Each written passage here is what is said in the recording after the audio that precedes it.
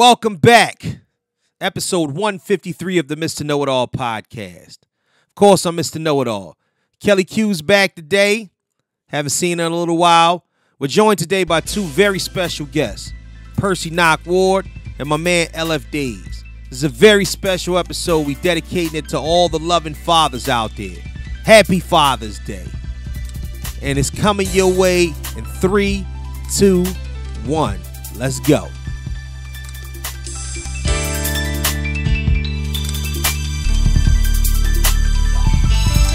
I'm like the sound that the wind makes when the doors open. The answer is anybody focused on poetry in motion. Motion, like poetry in motion. Motion. I'm like LeBron from the baseline when the score's smoking. The savior, is anybody hoping the poetry in motion? Motion, like poetry in motion. Motion.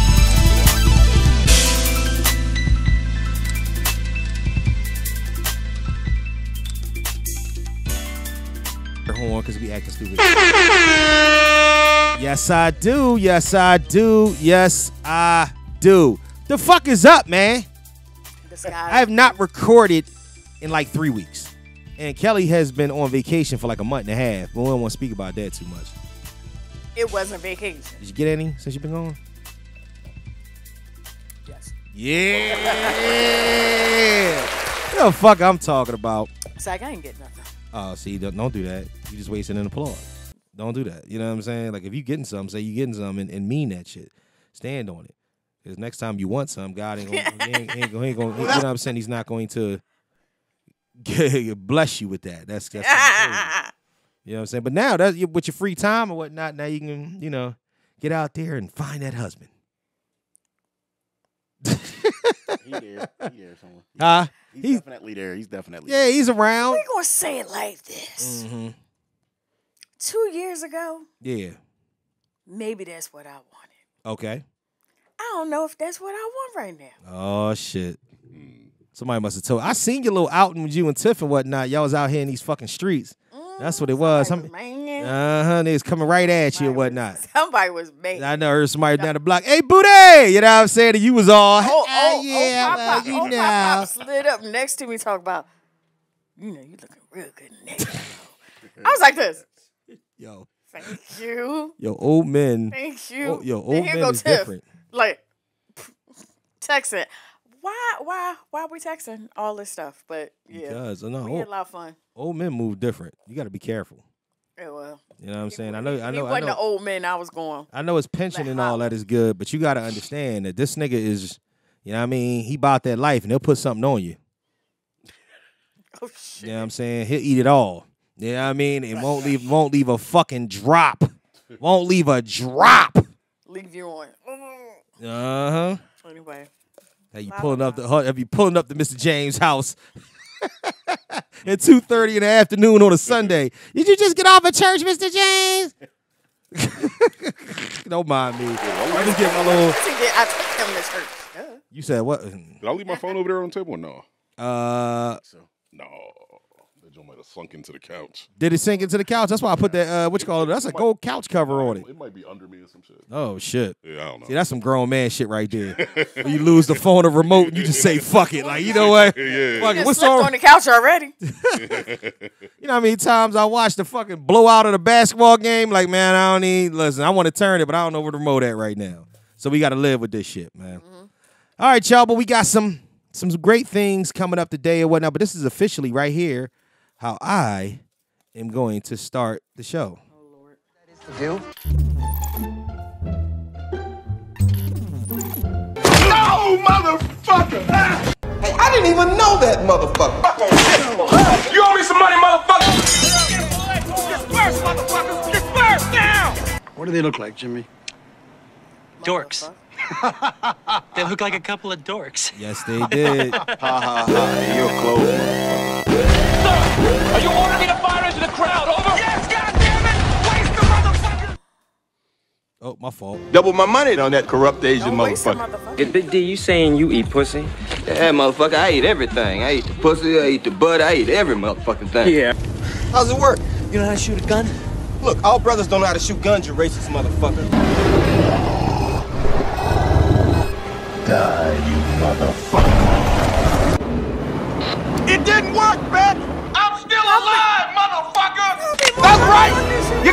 me, motherfuckers? What's wrong? The fact that this is not serving I gotta give a time in shout some out. federal penitentiary is a huge, hot, You might wonder why I'm playing the motherfucker montage. Because his father's dead. You goddamn right. prepared for that assault, motherfucker. Father, you must be a.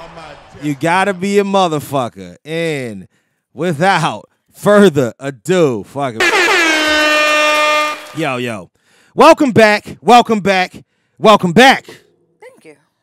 Episode 153.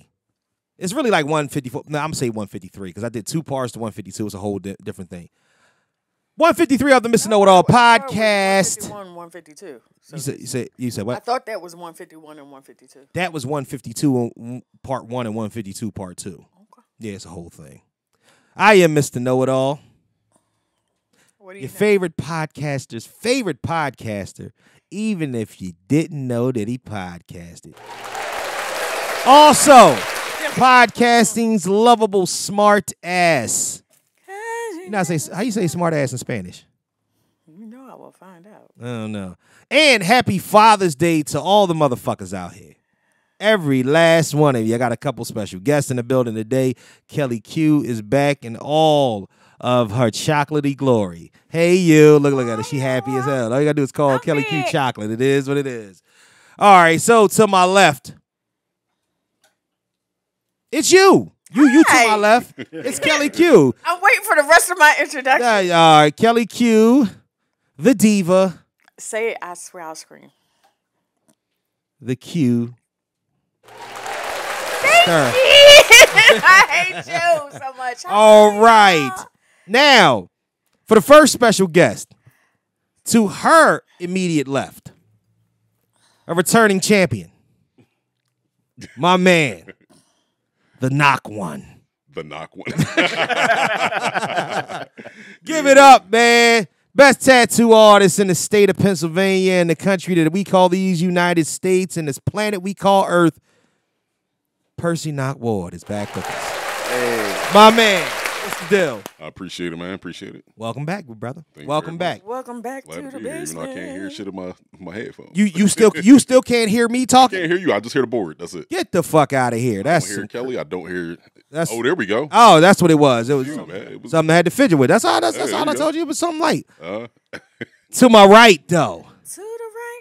A man that I've been trying to get on this motherfucker now for going on 4 years. Honestly, when I wanted to do a podcast, one of the first people I had in mind, because I needed help with the technical aspects of it, but I understood what it was about. You know what I'm saying? And I just took a lot of shit that I learned. This is, I don't even, like, your accolades is crazy, man. This is, let me see, Gold Award winning. You know what I'm saying? I give you some unsigned hype shit. Former SRC Universal artist, winner of, damn, that was so long ago, Loud.com contest or whatnot. He goes by many names or whatnot. Producer, hip hop artist extraordinaire, now studious educator. Give it up, man. What you want? You want? Yeah, what name you want? I know him by LF Daze or Dub. What you want people to know you by? You want to be sophisticated. Let's go with Dub. I like Dub. It's Dub in the building. LF Daze is in the building. I'ma call him Daze. All right, Daze. A man of a million names. Yeah. I know. I had a lot of names for whatever. Sweeps named your Daze. I'ma call you Daze. Right. You know what I'm saying? Tell the circle of people I'm with by what they're calling me, like the different relationships. Mm-hmm. Yeah. When's the last time somebody just called you Dub? Who calls me Dub? Like I talked to my cousin Anton, man. We still pretty close, man. He still calls me Dub. Okay. Family. Well, if you don't talk to that goddamn mic, bring it closer to you. Sat over there. No, you cool. Just there we go. Bring it closer to you. I'm gonna brush that. All right. Get with us on IG at Mr._Know-It-All_pod. The Facebook fan page, the Mr. Know-It-All podcast fan page. Mr. Know-It-All podcast on TikTok. He finally found his phone. Yo, how did that happen? And please send us all your fuckery, duckery, and schmuckery over to the Gmail account at mrknowitallpod@gmail.com. That's mrknowitallpod@gmail.com. Hey, if you're watching this during a premiere, YouTube, you can get into the super chat, talk to each other, talk shit, make a bad comment, talk about Kelly. I don't know what you want to do. Do anything you want to. Hit that super chat button. See that fucking thing's like a heart with a dollar sign underneath that? What? Why we gotta talk about Kelly? Oh, yeah, we're gonna talk about you. Just make sure you hit that button. Donate some money, man. I'm gonna start putting the Cash App up too. So I need y'all to, to rock out with that and whatnot. And if you're just listening, please like, review, subscribe. You know what I'm saying? Touch yourself to it. I don't give a fuck what you do. Just love the Mr. Know-It-All podcast and the Know-It-All network in general. Well, now it is time to talk about condiments. You're goddamn right. It is time to catch up. Cheez-It? No, not that. Not that shit. Condiment? That's not a fucking condiment. That's a. It is. Not no Tostino cheese. It ain't no condiment. That's a dip. Nah, yeah. That's a dip. We talking condiments. So let's catch up. Kelly, what have you been up to? Give me one paragraph. My son graduated high school. Yeah. Go you. My son graduated high school, so now just, actively looking for work. Out there spending his graduation money, hanging with his friends. We've had a peaceful household. That's nice. And, the cat in the house is crazy. Oh, yeah, you ain't know that? Oh, that bitch is crazy. It's a boy? It's a girl. Did you get a spade? Oh, they the craziest ones. Oh, that's why you didn't get a spade. She spraying on shit? No. She just bad shit crazy. Yeah, she might be in heat. I just might make. No, she ain't in heat. No, not yet. No, You got a feral cat on your hands. This is just. Every now and again she might see my hand move. Oh, she's a biter. So she's a fucking biter. See, that's what I'm saying, man. She's not. This is disrespectful. The leg, her arms and legs, and just grab and then just want to. How long you been podcasting? Well, I'm on the mic. Whoa, pause. That's what she said. I ain't had no complaint. Anyway, outside of that, right.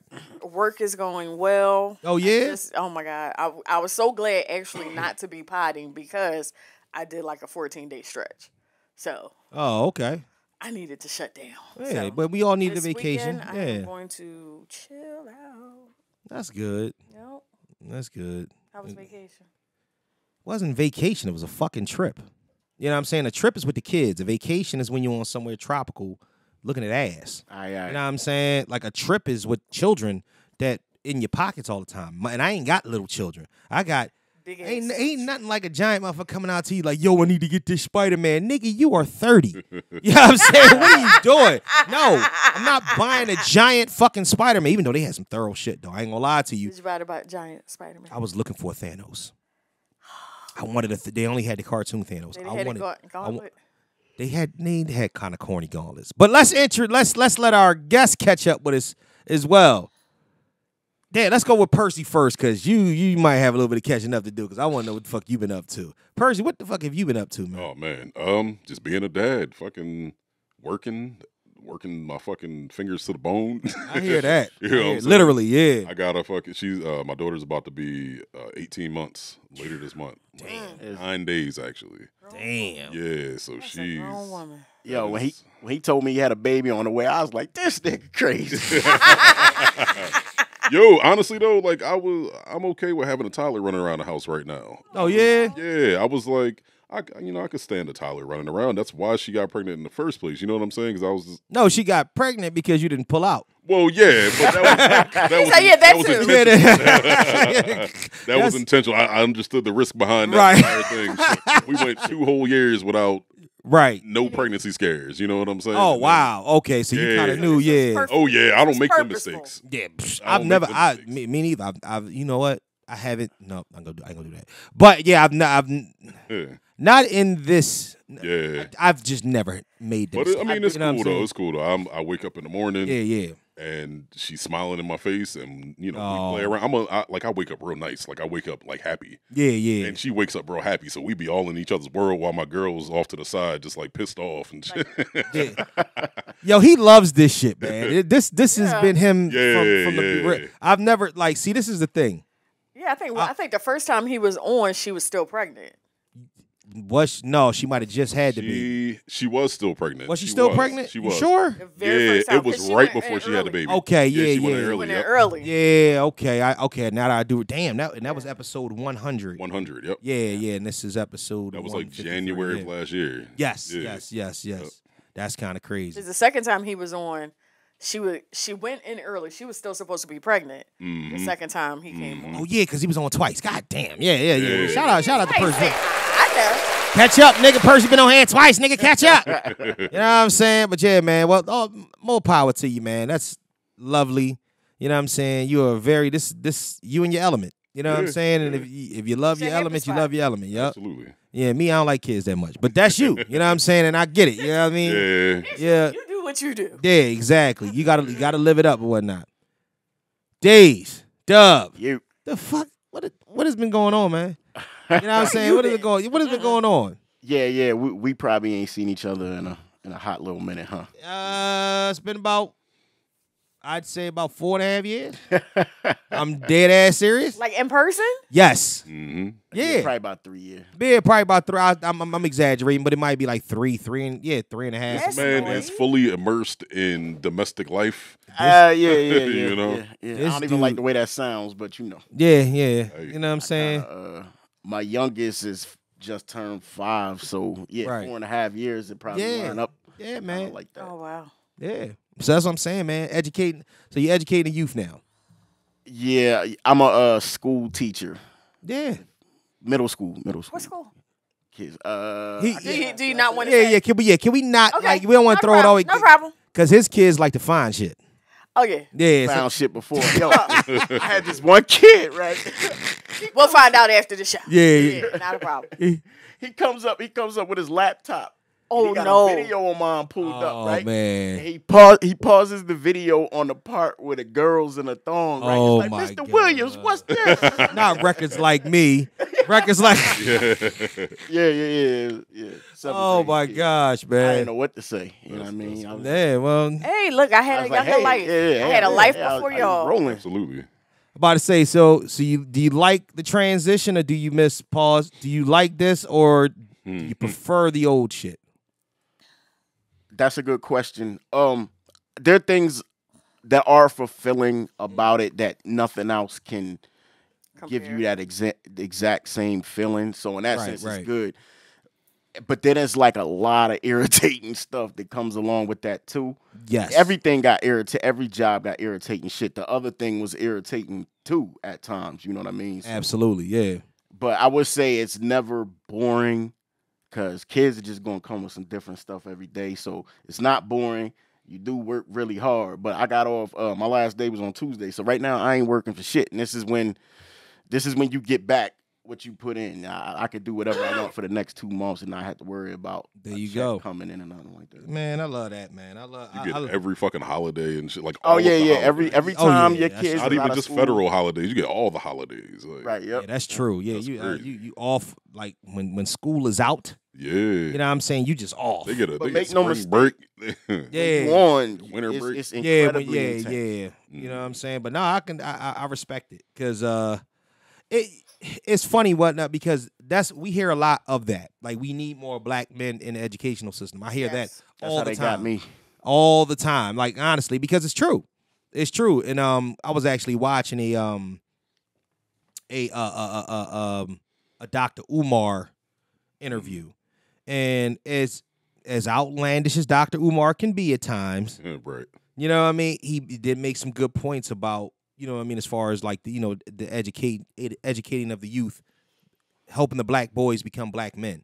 And he really, really stood up for black women against like that whole red pill shit was saying is like, how we gonna as black men be mad at the black women for picking or for manning up and being the way that they are when we didn't do our job at raising these boys. You know what I'm saying? I'm like, holy shit. I never really thought about it in that way. still don't give a fuck. I mean, in certain instances of it, I'm not really digging that portion of it because I still feel like the accountability needs to be on both sides. But I understand exactly what he's saying, though. You know what I mean, when he says that.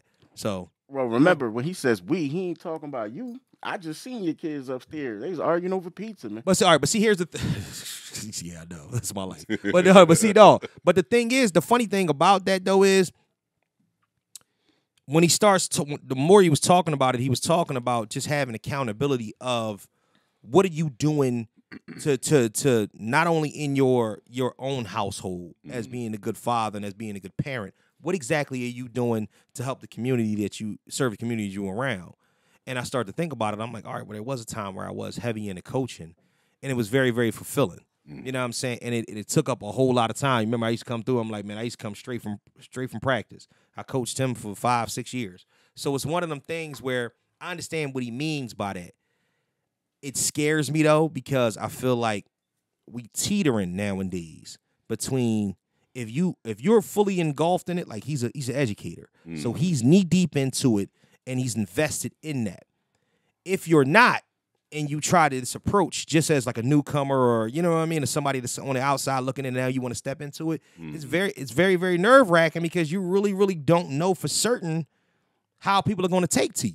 Right. You know what I'm saying? If so they're going to make a difference. Yeah, and these kids are wild. My young boy, one of the kids that got shot on up there on off of 53rd and 53rd Street. Remember the in West Philly, the boy, the four boys, one had the AK. That's one of my young boys or whatnot. Oh, wow. He's just now getting out of ICU. I told you about that. A friend of ours, son and whatnot, and you know he's just now right. He's just now kind of getting out of ICU or whatnot. He had to have some organs removed and whatnot. He's just nursing himself back to health, and this is going to affect his mental health. And it's so hard just as like to see that and be like, I got a kid that's 19. When he comes home, he's had friends that he played football with killed. You know what I'm saying? Coming home from college and things of that sort. So you stuck between a rock and a hard place. But I got a homie that's just like that. He's like, man, what are you doing to try to help the youth so this doesn't happen? And I'm like, yo, I ain't gonna hold you. I'm an Aries. I'm selfish as hell. I got to worry about mine first. You know what I'm saying? That's tough. Where I'm at with it. You know what I'm saying? Because it's like, I'm sorry. It's difficult to put that on everybody because everybody's not in a position to help.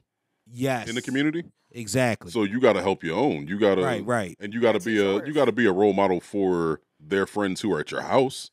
Yeah, you know what I'm saying? For the people who are always around, but that's the most I can do. You know what I'm saying? My plate is full. That's the burden of us. You know what I mean? Right. Like I mean, like our generation is like, kind of like making up for a lot of the stuff that got lost in the prior generation. Yeah, exactly. I'm not exactly sure when it started, but I see so many dudes on their job in a way that it just wasn't like that in the 90s, the way I remember. Yeah. No, I think that nowadays we are better fathers. You know what I'm saying? 100%. But I think that just because we're present. Absolutely. You know what I'm saying? We're present. We're doing the job that we're supposed to fucking do. You exactly. know? 100% why you guys, I know you are. I just met you, but from what they're telling me, you are in the house. Yes. You are visible. Even if you're just sitting there watching TV, they know where their father is at. Yeah. They can call on you. They can argue with you. They can laugh with you. They can cry with you because they can come downstairs and there you are. Right. Yeah. But when you don't even make time for them, if you're not in the house, if you're not making some kind of time for them, even if it's just a phone call, to say, I know I can't get to be in your presence right this second, right, but my voice is here and I'm present. If you need me, talk to me, whenever. When you don't have those options, or you don't make those options available to your child, then. All right, so let's move because we got a whole episode to focus on fatherly stuff, but I want to get to these current events. No, okay. No. As soon as the button works, come on, work, goddamn it. No. Look, thought you was gonna say something else. Never mind. Please. All right, I want to say first and foremost, I don't want to bring the mood down, but I do need to say this: rest in peace to Ray Lewis III. which is nuts. That's nuts. 28 years old. Sad. We still don't know the details, but No, you know what I mean? I was just looking at it, and there's still nothing posted. That's kind of crazy. As to why. To Treat Williams. Honey. That was my nigga. Honey. You remember Treat Williams? From what's the Poseidon adventure? The Poseidon, what's it called? The ship that was with the big ass octopus on it, and he played in the Substitute Part 2. Oh, y'all remember what? Yeah, I know Yeah. I know him from the movie Hair. Okay. And that came out in what, 67?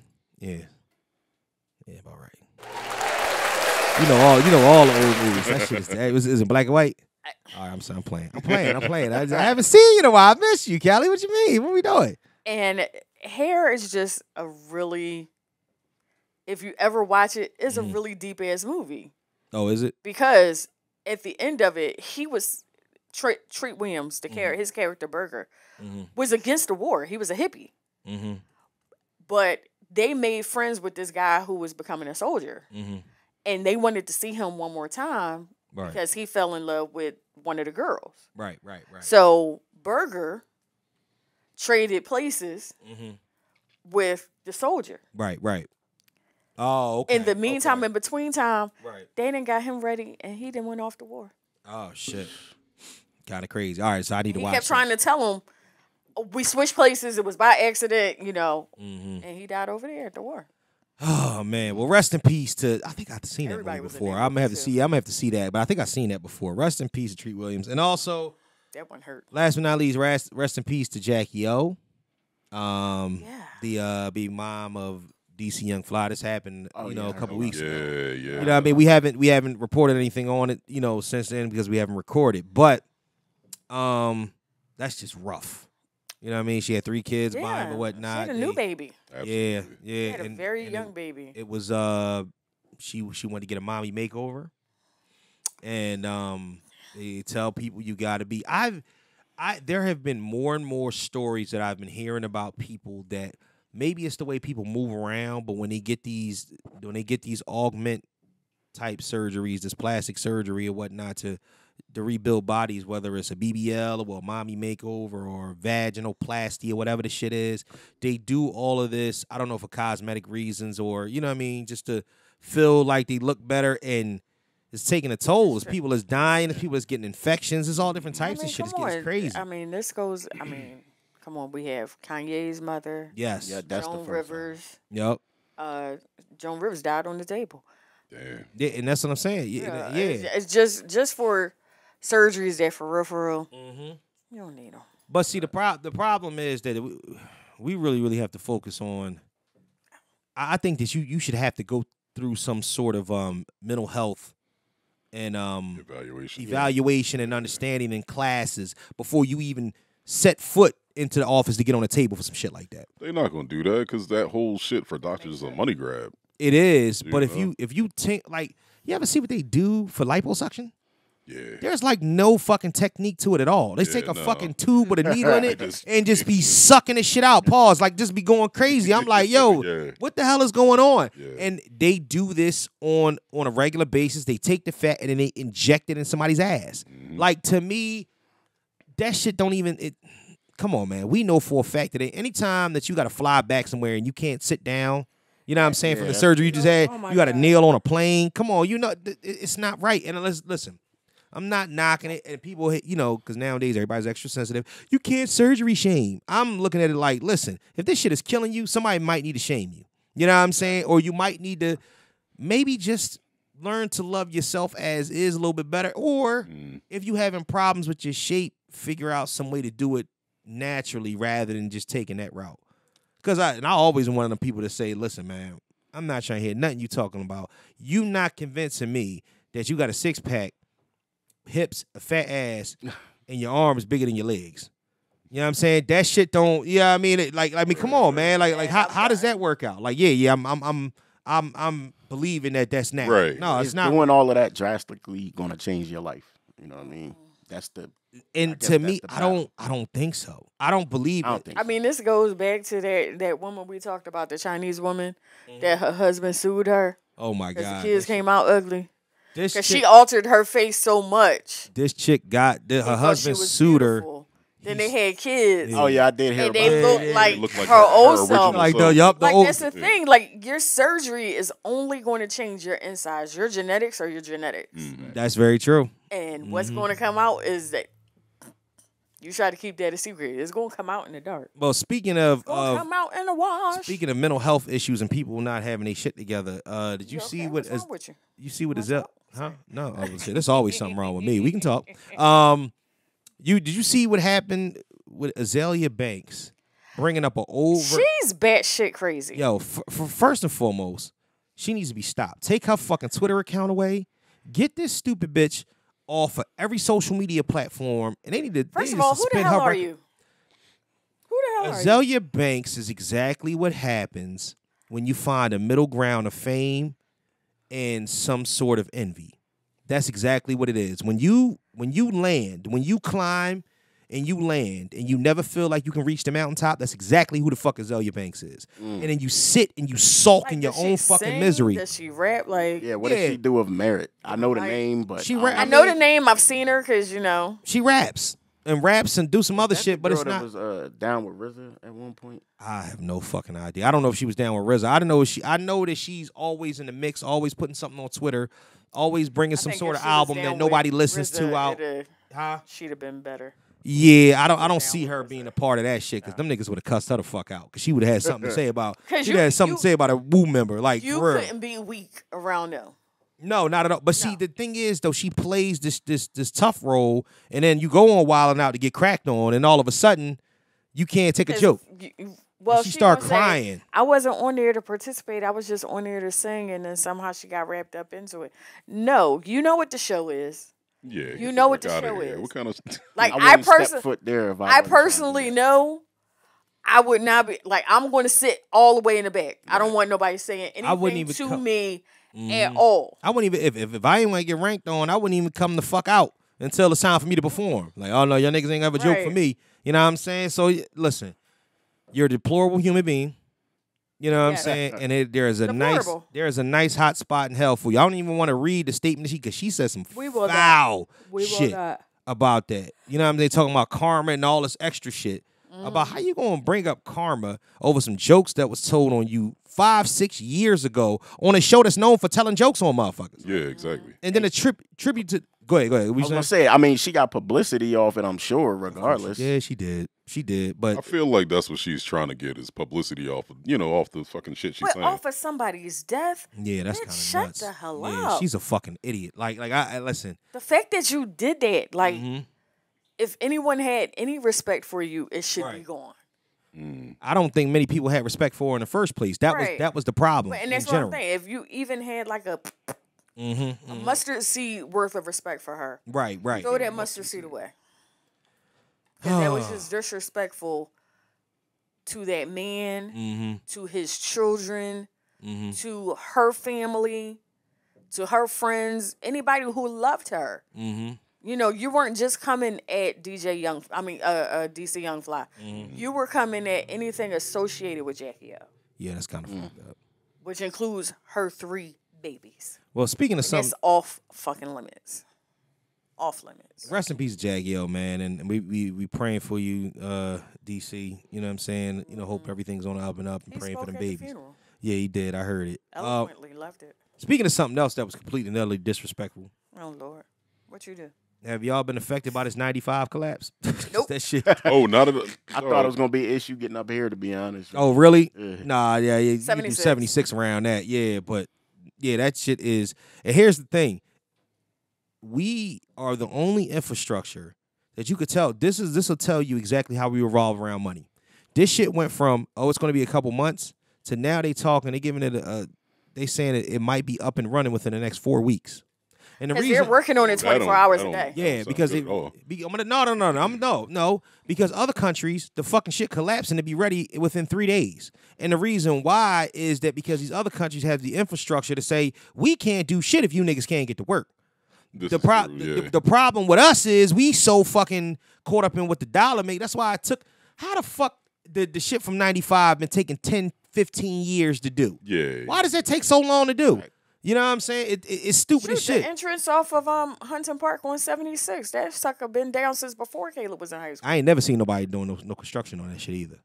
Oh, that whole part. Well, I haven't seen any construction on the entrance. Right. But they've completely redone that connection from the boulevard to 76. Yeah. I mean, this city just drags its feet with all of that shit, though. No, absolutely. Well, whoever designed it, yeah. Thanks. I seen a quick fast. This was like in New Zealand. Ooh. When the fucking same, it looked like something collapsed. It looked like same type of thing happened. These motherfuckers bought a whole nother bridge and like made it like a tunnel, put it over top of it. Took 2 days, smoothed everything out after they got the shit done, and that shit they did like a time lapse on it. That shit took like 3 days to do. That's what I'm saying. Like if we want to get it done, we can get it done. But niggas need to get paid, and that's what the whole thing is. They trying to stretch it out so they could pay niggas. Oh yeah, we need to pay you 19 If they do that shit fast, dog, shit. In this place, they're gonna cut corners, and that's what we don't want. Yeah, that's very true. We don't need that. Yeah, that's true. But I don't know, man. Shout out to rest in peace to the brother that lost his life and what you call. Look, I truck drive. I'm allowed to like clarify that. Yeah. And it was crazy because people were actually like driving through the smoke. Yeah. Why are you doing this?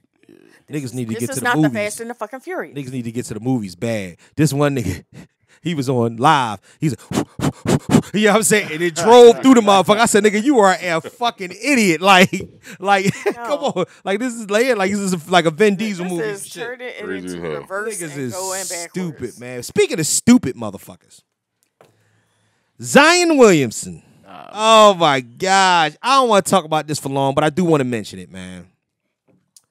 At 22. Was we as stupid at 22? Mm-hmm. All right, I ain't even going to answer that. I think we was that stupid. But no, we wasn't this stupid. But we also didn't have $200 million in the bank. So apparently Zion Williamson, if you've been living under a rock, he got a new baby mom on the way. And apparently there's another baby mom. There's a couple of baby moms coming out the woodwork supposedly, but the one that has been gaining all the attention is his porn star girlfriend that he sends $104,000 a month to, and planned on moving her out to New Orleans. Mind you, she's a porn star side piece. Mind you, she's not even that thorough looking. And that looks. Well, he ain't. That nigga. I'm looking at a picture of him. That nigga look like Stab from you know what I mean? Yeah, that nigga like Stab from Class Act. You know what I'm saying? Yo, exactly what this nigga like. So, but I think that honestly, that's what happens when you don't have the proper upbringing. You've been told you've been a man since 12. You were supposed to be the next coming of LeBron, and they gave you all this money to get in the league, and you ain't played a full season in 4 seasons. So now you waiting to get healthy. You were the heaviest guy in the league at one point. You have a lot of shit going on for you, and you got the nerve to be fucking with these hoes. Like to no end though? Like to where she getting you jammed up? He is 22 years old.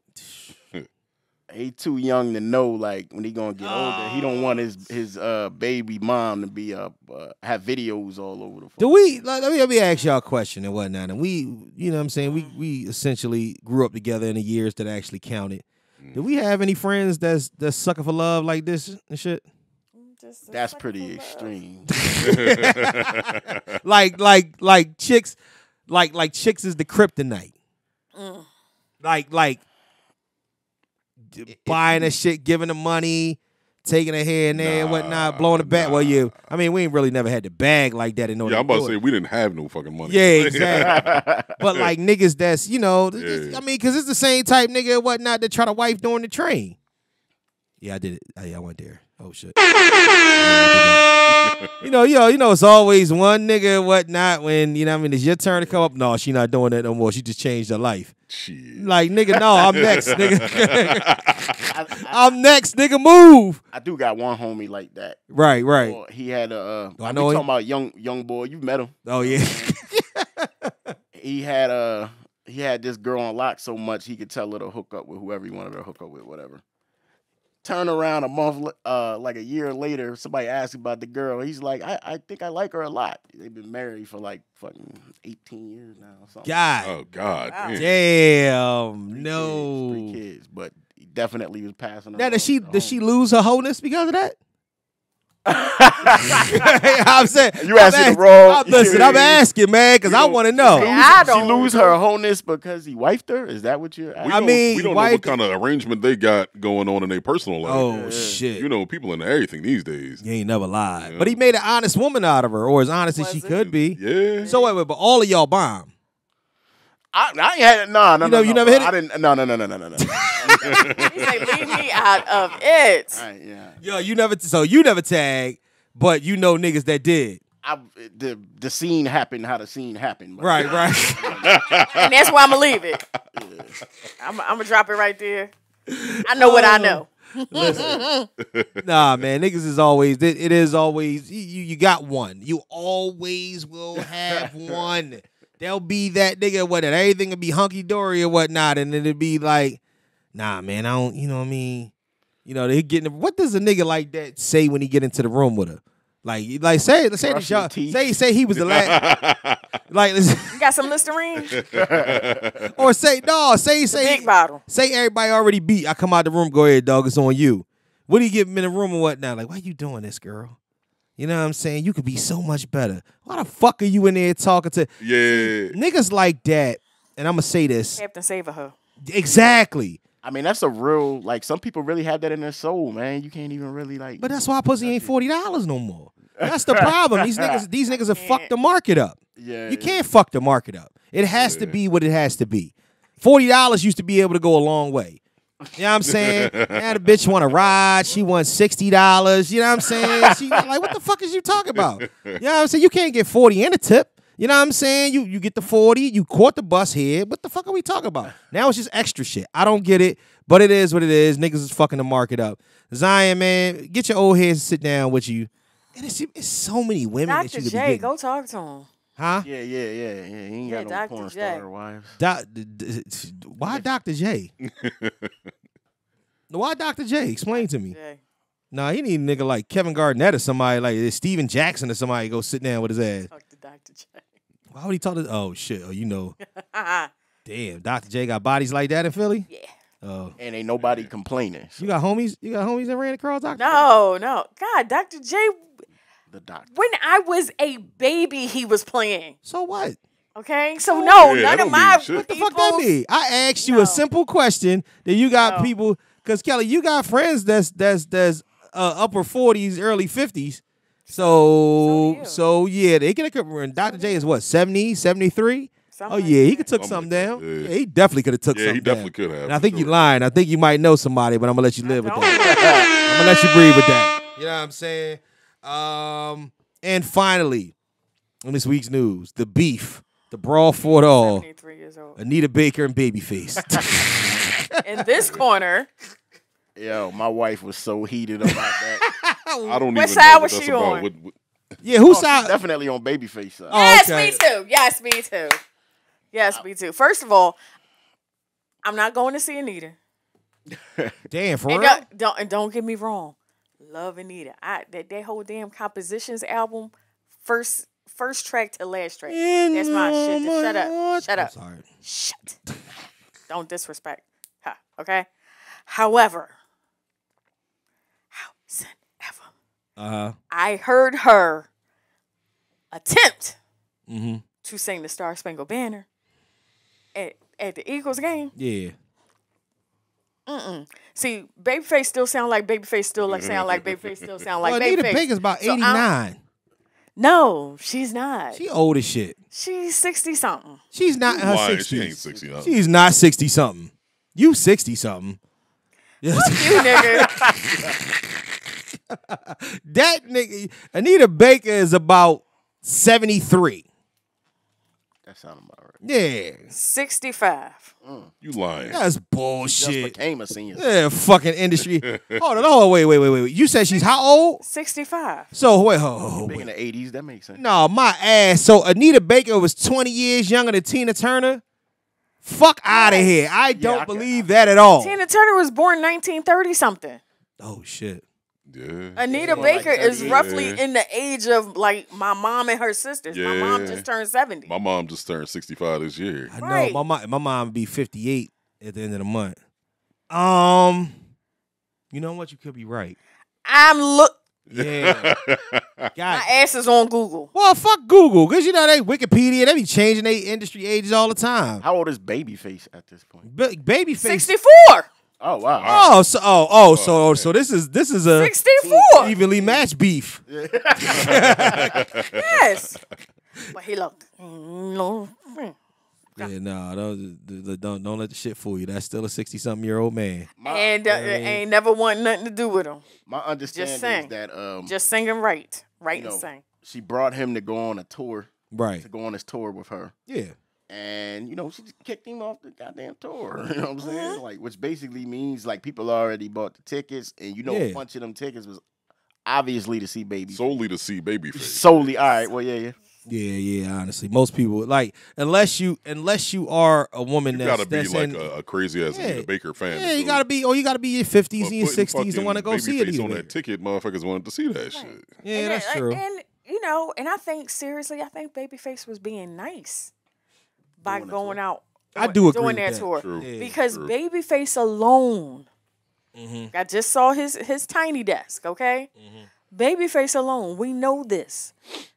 The songs that he had with The Deal, the songs that he had on his own, and then the songs that he wrote for other fucking people. He can have a show. But this is not a versus though, Kelly. No, I'm not saying this is versus Anita Baker. Right. I'm saying he can just do a 3-hour show and the music be completely different from beginning to end. Well, she picked the wrong opening act. I think niggas started walking away because grown men ain't those that love Anita Baker like that. I mean, I like Anita Baker, but I'm going to tell you what, that shit always remind me cleaning on a Saturday morning. Yeah. You know what I'm saying? That shit like got a jazzy flow and everybody's not going to sit for that. And especially when this ain't really, doing it. She old.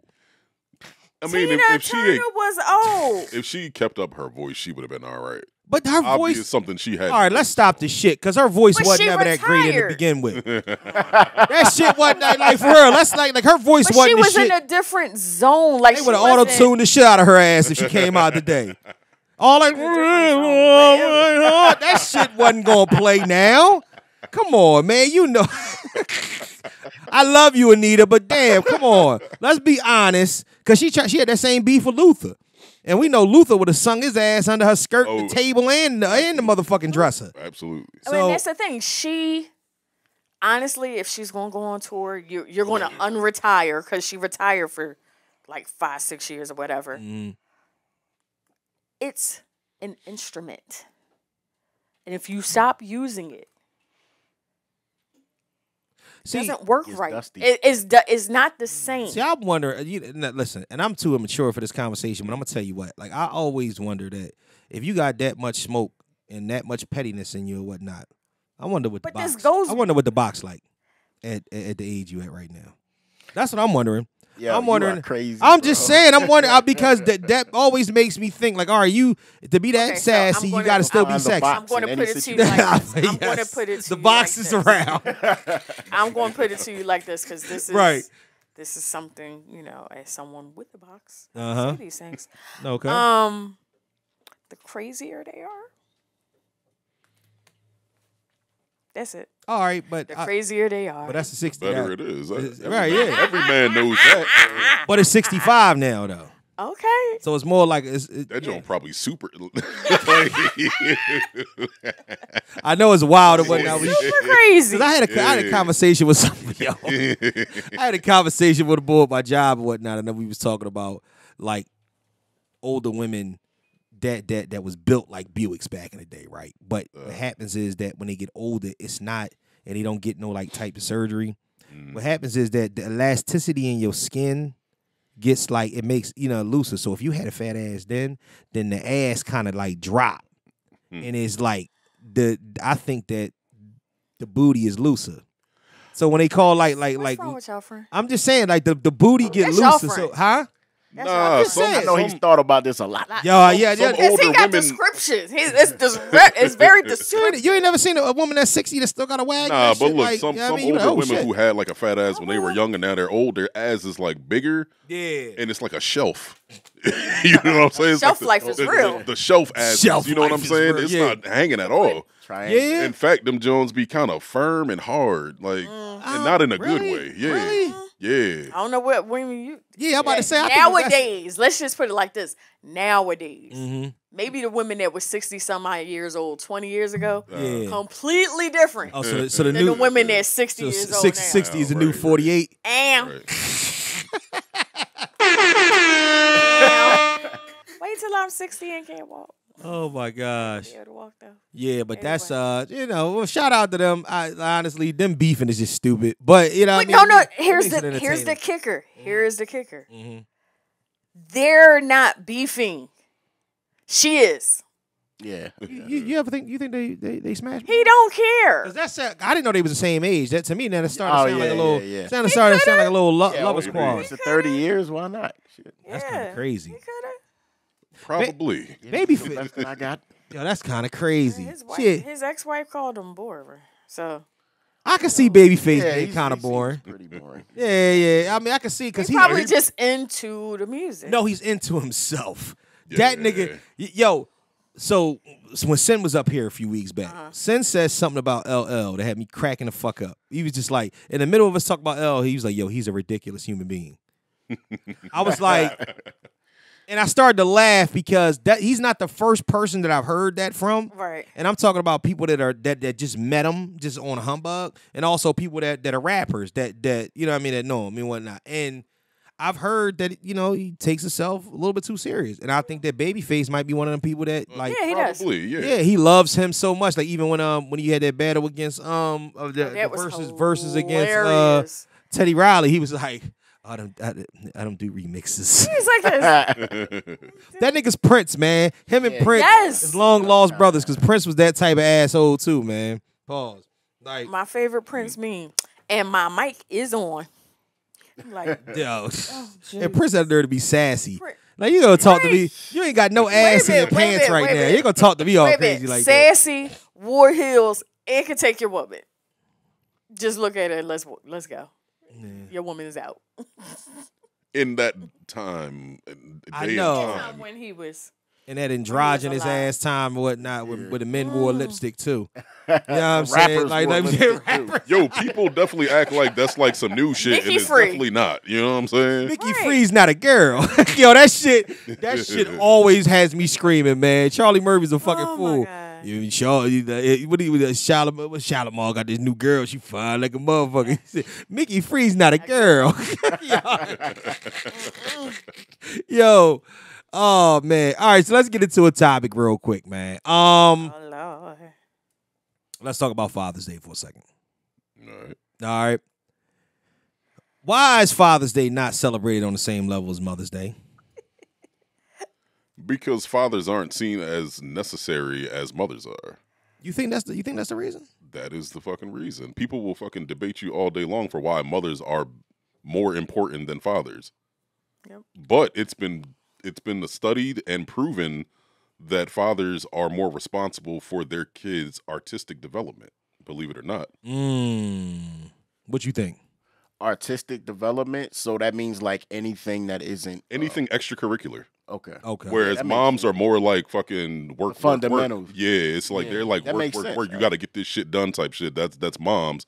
Where dads are like, they'll develop whatever it is that you're fucking into. Creativity. Yeah. I think that's the general, always the debate. You know what I mean? Like creativity, you have to have kind of like a kid place in you to be able to tap in. Yeah. And you know, a lot of women, I think, are put in situations where they are serious at a very early age, so they're focused on being serious and probably just don't have the time.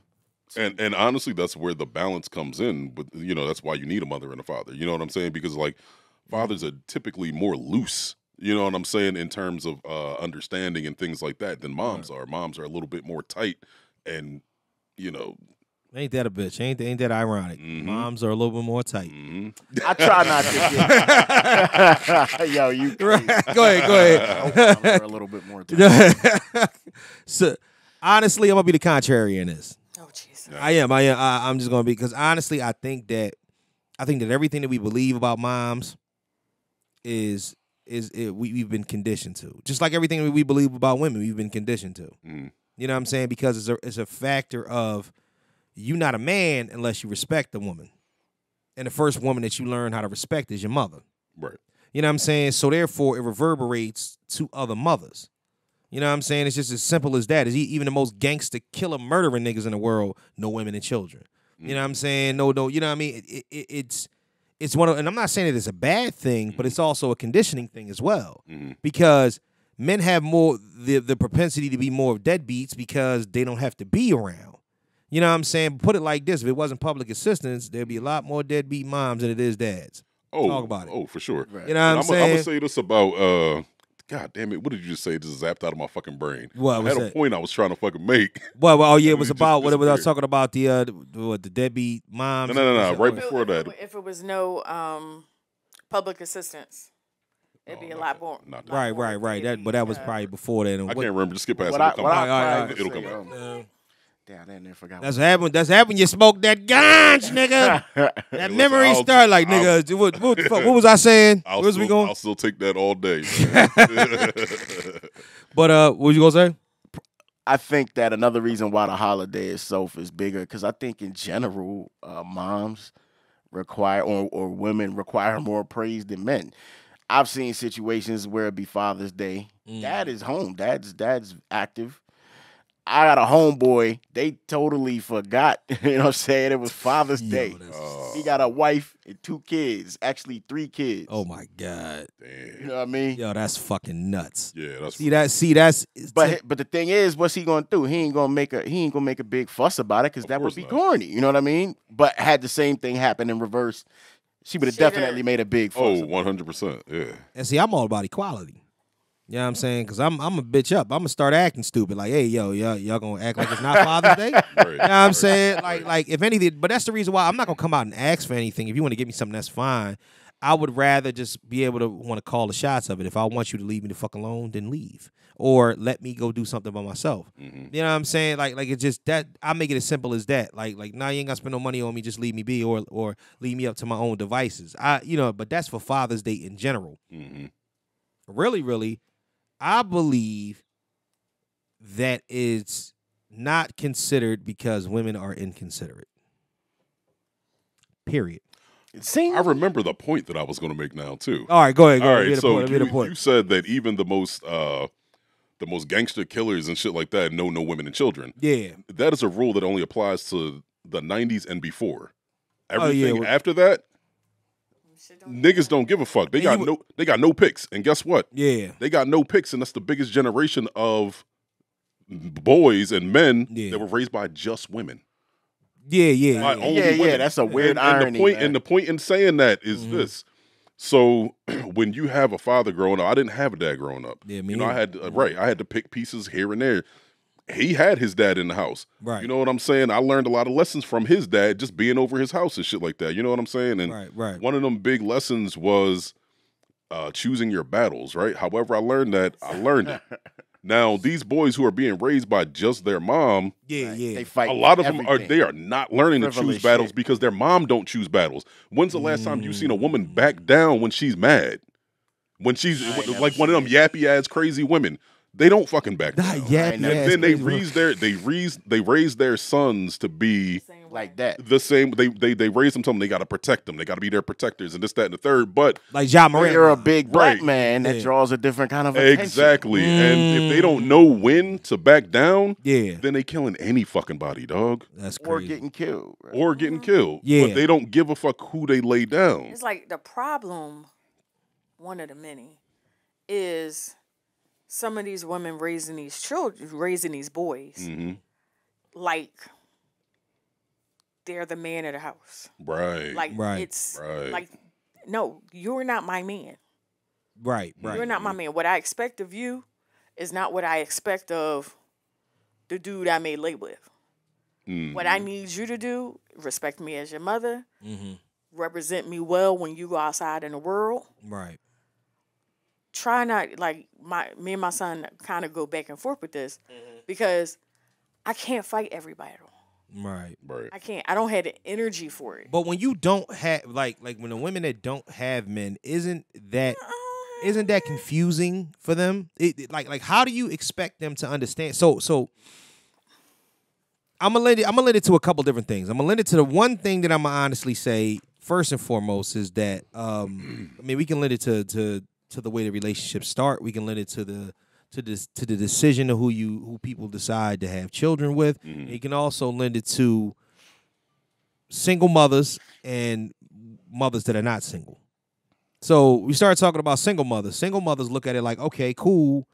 This is going, you know what I mean? I'm raising you to be better than your dad was because for some reason, way, shape, or form, I don't fuck with him. Whether it's his fault, my fault, whatever. That's not a conversation for that child. At all. But unfortunately, women. Unfortunately, some of them have that conversation. Majority of them had that conversation. Like my son will tell me, "I know you don't like my dad, but you ain't never heard me say it." Yeah, right. And I try not to display it. Right. If I can't, sometimes I'm visibly upset or I'm visibly irked, and you be like, "What's wrong?"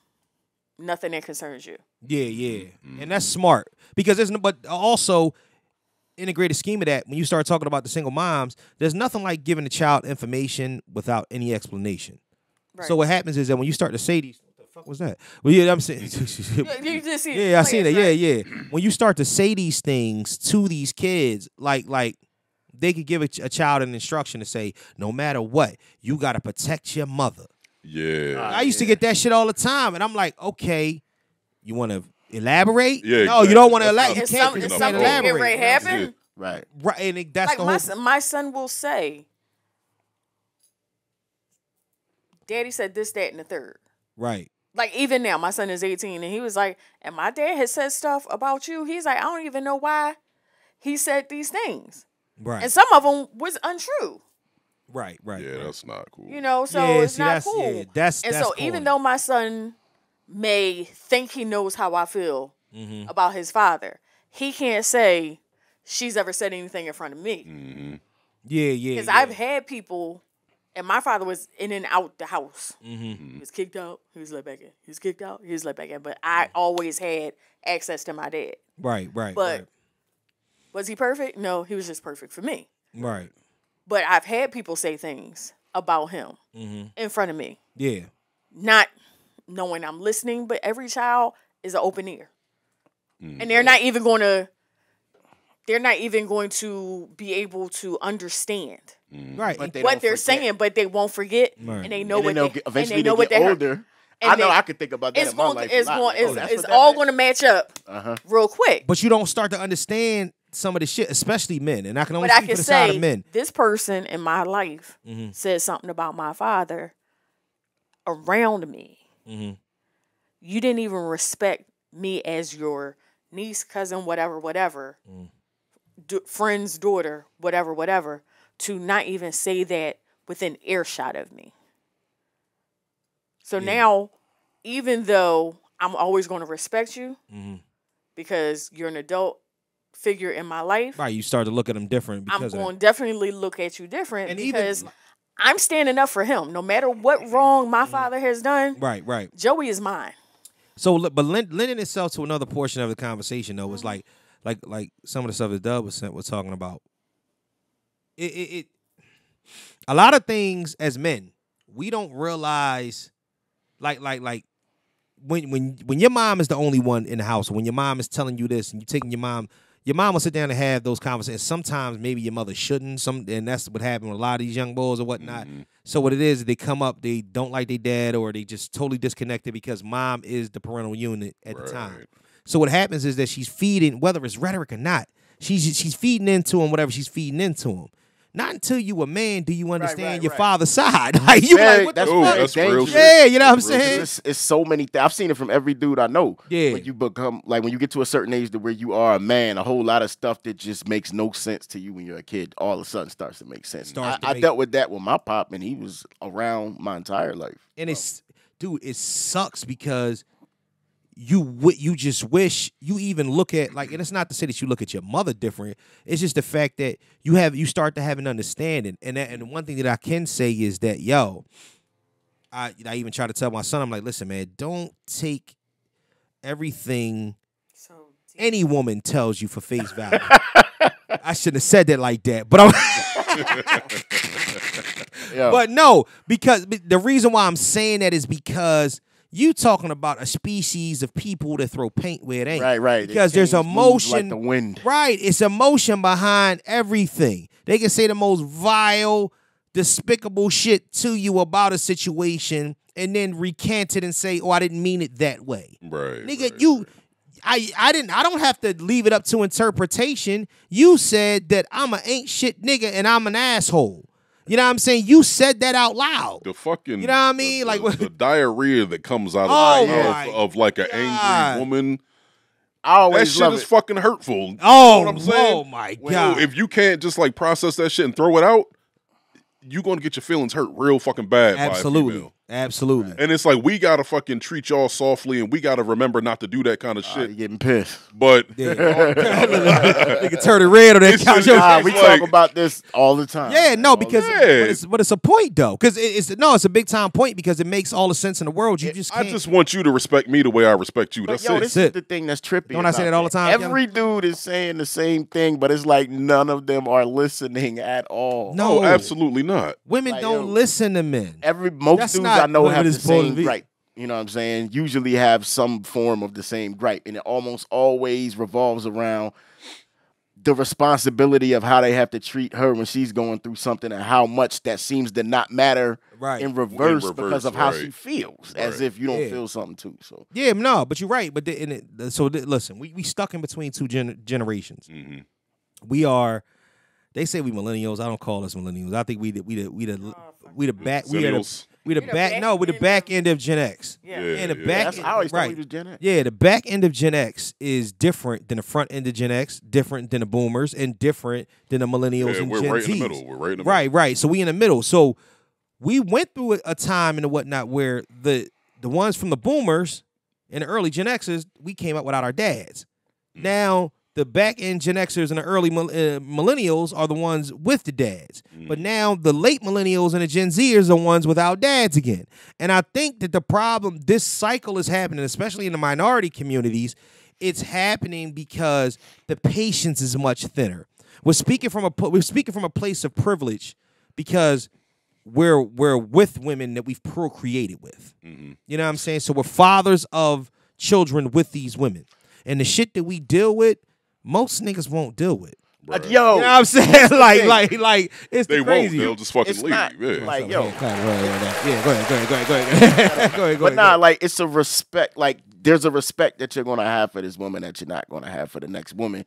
So even when things are going on, you're always trying your best. You're not trying to be someone that is, like, inconsiderate of someone's feelings and things like that. So right. It just seems weird that the one dude that really is putting the time in, the work, and the effort is the person that is easiest for you to have gripes with, like on a regular basis. Yeah, it's the person that's closest to you. Right. Why do you think niggas get so mad when the relationship finally breaks up and his kid's involved and she go to spousal support, she goes to child support court? She essentially hates this nigga now. Yeah. Not because of who he was, but because of what he did. So now it becomes this situation of retribution. And you think to yourself, bitch, how much time have I wasted? And how many sleepless nights have I had trying to make things right?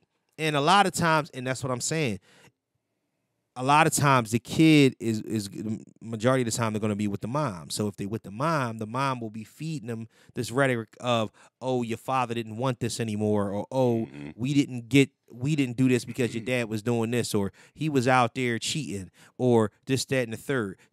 Nobody will ever tell you that. Listen, in every situation, there's your side, there's my side, and there's the truth. There's somewhere in the middle is the truth of the whole situation. What you gonna say, Kellie? Of that? What's that? It's them damn Braxton girls. Their mother. Yeah. Oh my Lord. Oh, she's the devil. That woman is. I'm sorry, Lord, to call her the devil, but she is the queen of toxicity. She really is. She really is. Not only from watching that horrible Lifetime movie, but just watching Lifetime need to the stop show. making movies, period. Like just watching the show. Yeah. And how she interacted with her ex-husband and how everything went down and Right. the things that she would say to her daughters, because by this time they were grown when everything went down. But the things that she would say to her daughters, I really believed tainted their relationships. Like the only two that had like semi-decent relationships was Tracy, the one that passed, because she was with her husband for 20 some odd. Right. And what's name was relationship was halfway decent. Tamar's relationship. Problem with her relationship is that he was her manager. Right. So there's no turn off. But she's also a direct reflection of her mom. She just used to bug the fuck out. Like we getting money together. We live in this life or whatnot. I've gotten you millions of dollars, and you not even that thorough on the music scene. But I found a way. Like I'm one of the hottest producers in the game, and you live in this lavish ass.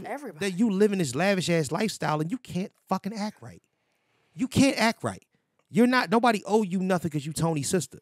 Period. But that's beside the point. I don't even want to talk about the Braxtons, but.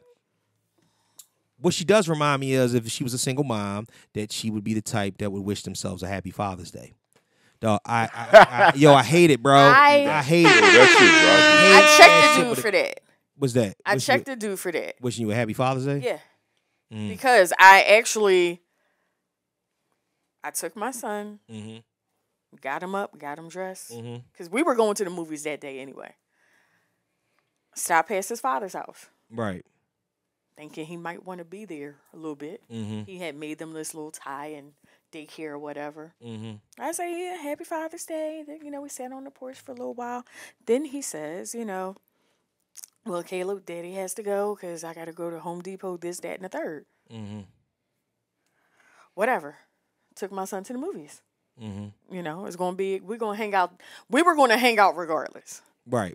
And I open the door, and the guy's coming out. He pushes the door, let me go in. He's like, happy Father's Day, sis. No. I was like, he has a father. He's just at work. Well, you know what type of struggle that portrays when a woman wishes herself or wishes other women happy Father's Day. I hate that shit with a passion. That's back to what I was saying about the praise part. Like, they'll even take Father's Day to get some props.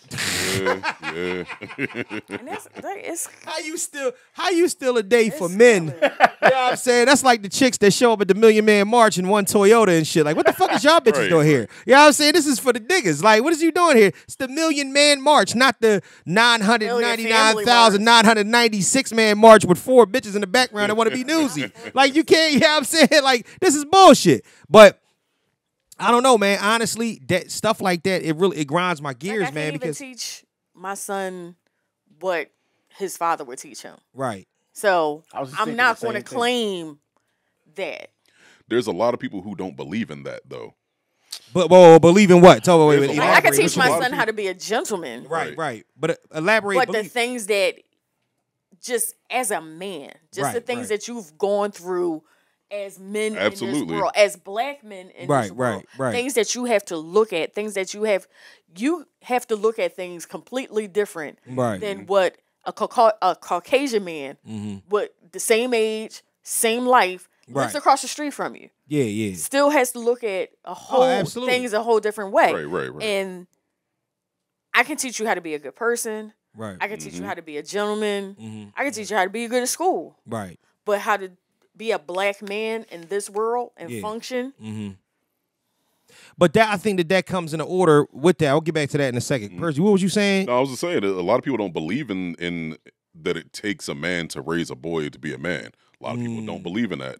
They believe that all it takes is a good parent to raise a good person. But there's a lot of, and I'm speaking from personal experience, there's a lot of things that you're missing emotionally. There's a lot of lessons that you don't fucking get when your dad's not the fuck around that you cannot get from your mother. Dog, I'm 40 years old and my bitch assness be on an all-time high at all times. And I'm, you know what I mean? Like I go like honestly, I got like honestly, I'm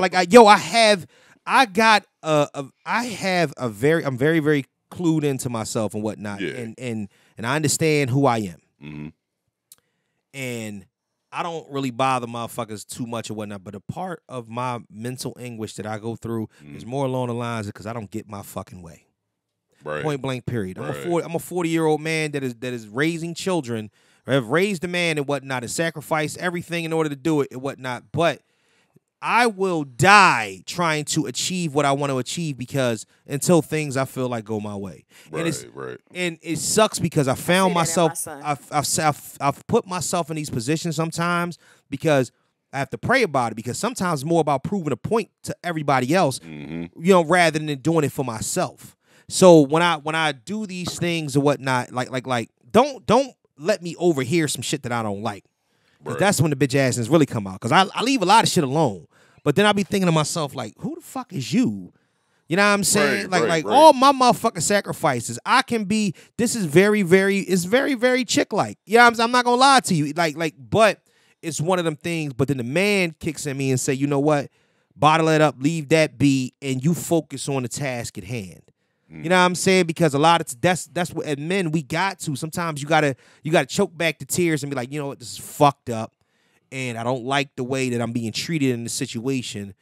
But what I'm gonna do? Bitch about it and whine about it and you know what I'm saying? And cry over, spill milk, and be like, oh no, you're not treating me right and whatnot. That's not what men do. So yeah, but no, I recognize the bitch assness. Trust me, I do. What was you gonna say, Doug? Well, one thing I do want to say in your case, like, because you're reflecting at how you came up, I would say that you kind of started like adult shit at a younger age than like the average boy. Right. You know what I mean? You definitely was whipping in high school and shit. Most dudes I know didn't have cars in high school, stuff like that. So right. I still sometimes wondering, like, what was it that like patched all that up? Me and my mom. That's a lot of like maturity. For a young at an dude, early age. Me and my mom didn't get along like that. And it's not that we didn't get along. It's just that we butted heads to the point where, and I love my mother to death. You know what I'm saying? Do anything for her. But at the end of the day, we were, you know what I'm saying, oil and water. That shit didn't blend at all. So at the end of the day, I'm about to unplug that shit. I don't know what the fuck. Maybe that's a fly over the light or something. But yeah, I think so. Yeah, like. It was just me knowing that my independence meant everything to me. Right. Like being able to move. And I see it in my son. But this is the effect of having two parents. See, what happens is that when you got two parents, when the one, because I act a lot like my mom. So what happens is that when you get that, I don't want to hear this shit right now, you got another parent you can fall back on and supply whatever's missing or whatever you're not getting right then and there from that parent. Me, it was just me and her and my little sister. Somebody's got to be the bad guy. So two people gives you an option of absolutely. Right. One person is just always that person. Right. So when you see it and you say to yourself, "Holy shit! All right, I didn't mind." Like after I went away to boarding school, I didn't mind being out the house. So what happened is that, like, oh, you mean to tell me that if I'm not here, I can do what the fuck I want to do? Or I'm going to make not being here a thing to do. Right. You know what I'm saying? So what happens is that's what made me get a license. That's what made me get a car. You had an actual motivation. Yeah, that's what made me get 2 jobs. That's what made me when I had to take a semester off of college, you know what I'm saying? Because my financial aid got fucked up. Instead of me coming back and living with my mom for the semester and going back to school, I ended up moving in with Shannon. You know what I'm saying? And that's one of the reasons why I never went back. I ended up getting a job, and you know what I mean? We had Donovan, and shit was what it was. My life started after that, and it wasn't me so much clamping on to what was going on with Shannon. It was me knowing that, yo, my independence is my independence. And this is an opportunity for me to be independent of what I did, what I wasn't feeling in that realm. Right, you know what I mean? Because I'm one of the people that understood early, my dad might have had a point. Right. You know what I'm saying? Like I'm one of the people that understood, like, oh, I figured that out late. Yeah, like, oh, I get it. Oh, shit. You know what I'm saying? And I love my mom to death, but it's one of them things where you just like, oh, shit. Oh, wow. So that might not really be what happened, or even in the context of being mother to son and whatnot, if the way that I see things is different than the way that you see things, it doesn't matter. You're going to override me because not only you are my mother, you are a woman. I'm like, oh, shit. I get it now. You know what I'm saying? Right. And don't get me wrong, my pop, he was on some piece of shit, But that's, you know what I mean? He was on drugs and in jail and robbing niggas and doing goofy shit and part of the JBM. That was his path. Right. This nigga's in his 60s still on that bullshit. So it's different. You know what I mean? With me, but I'm not that guy. I'm different. So I'm like, I'm just looking at it. I look at it I generalize it now, like reasons why niggas is out here like I'd probably rather not. You know what I'm saying? I'd rather not deal with this woman because of this, that, and the third. You know what I mean? But if you hear any story that you hear, you know, I think that's one of the reasons why women lean so much into, oh, he cheated, he had to go. Right. Because that's the scapegoat. Right. That's the scapegoat. Anything else or whatnot, this nigga can treat you like gold. Like, let me tell you something. You and your girl been together for how long? Ah, man. January be like 12 years. How many of your arguments? And let's get real to the crux about it, good fellas. Let's get to the crux about it, because we men, and you know what I mean, we men and we fathers, and we gonna move on from this in a second. How many of your arguments are about money? Give me a percentage. Yo, honestly, my house, none. Yeah. I was get the fuck out of here. Most when I talk to homies, it's usually about money, man. But that I've been lucky that. Yeah, your life's a little bit different though. My life's a little different. Your life's a little different and whatnot, because your entrepreneurial spirit and whatnot. You a hella high water. You know what though? In terms of that though, there are issues with me working from home and shit. Okay. Me working from home, they don't see that as me being fucking home. I mean, at work, they see that as me being home. So it's like the issue that I run into with my girl with that is that anytime I'm not actively working on a person, she thinks that's free time for her to allocate me to do something. Now that's where our issues come in. Okay, like, I can see that. Like I need all of this time and all of this space, and I know that's hard for you, but I need all of this in order to make shit happen. I can't make shit happen with a baby running back and forth to me and, all this other kind of stuff. You know what I'm saying? So I can't be in conversations with 8-9 people. I can't fucking be sitting drawing some shit. I can't make reels while my baby is, you know what I'm saying? It don't work. But you know what's funny? Not directly of the currency itself, but that's still kind of an argument about money. Yeah. The reason why it is because the time that's allocated and what's important in order to get things going. It's like a difference of opinion about exactly about something that you do to help the living that you have. You know what I'm saying? What about you? Percentage about money. That I would say that the little bit that's happened was never nothing that was a problem with me. It was actually like a motivator. You know what I'm saying? It was just enough that I don't have any like resentment about it. Yeah. And I really was like, all right, if this is like if a money issue come up, it seemed like, all right, well there's a fix to this. There's a tangible fix. I could deal with that. And then just try to attack it. But yeah, you know what I mean? Like, so did you know, all right, so you leave it talk men for a second, talk women, and we'll move on because I still want to stick on this Father's Day thing. 50 to 55% of marriages end in divorce, and I'm talking about marriages, just right now, right? 85% of those marriages are divorce, or let's just say breakups. All in all, are initiated by women. All right. Did you know that 90% of those are for one way, shape, or form or another? If it's okay, so let's say no, I'm not even gonna give it 90. Let's say that cheating is 40% of it, and the other 60% of it, hands down, would have to do with money. Right. Matter of fact, people take people back for cheating, but the highest rate of divorce and breakup and whatnot nowadays is because of money.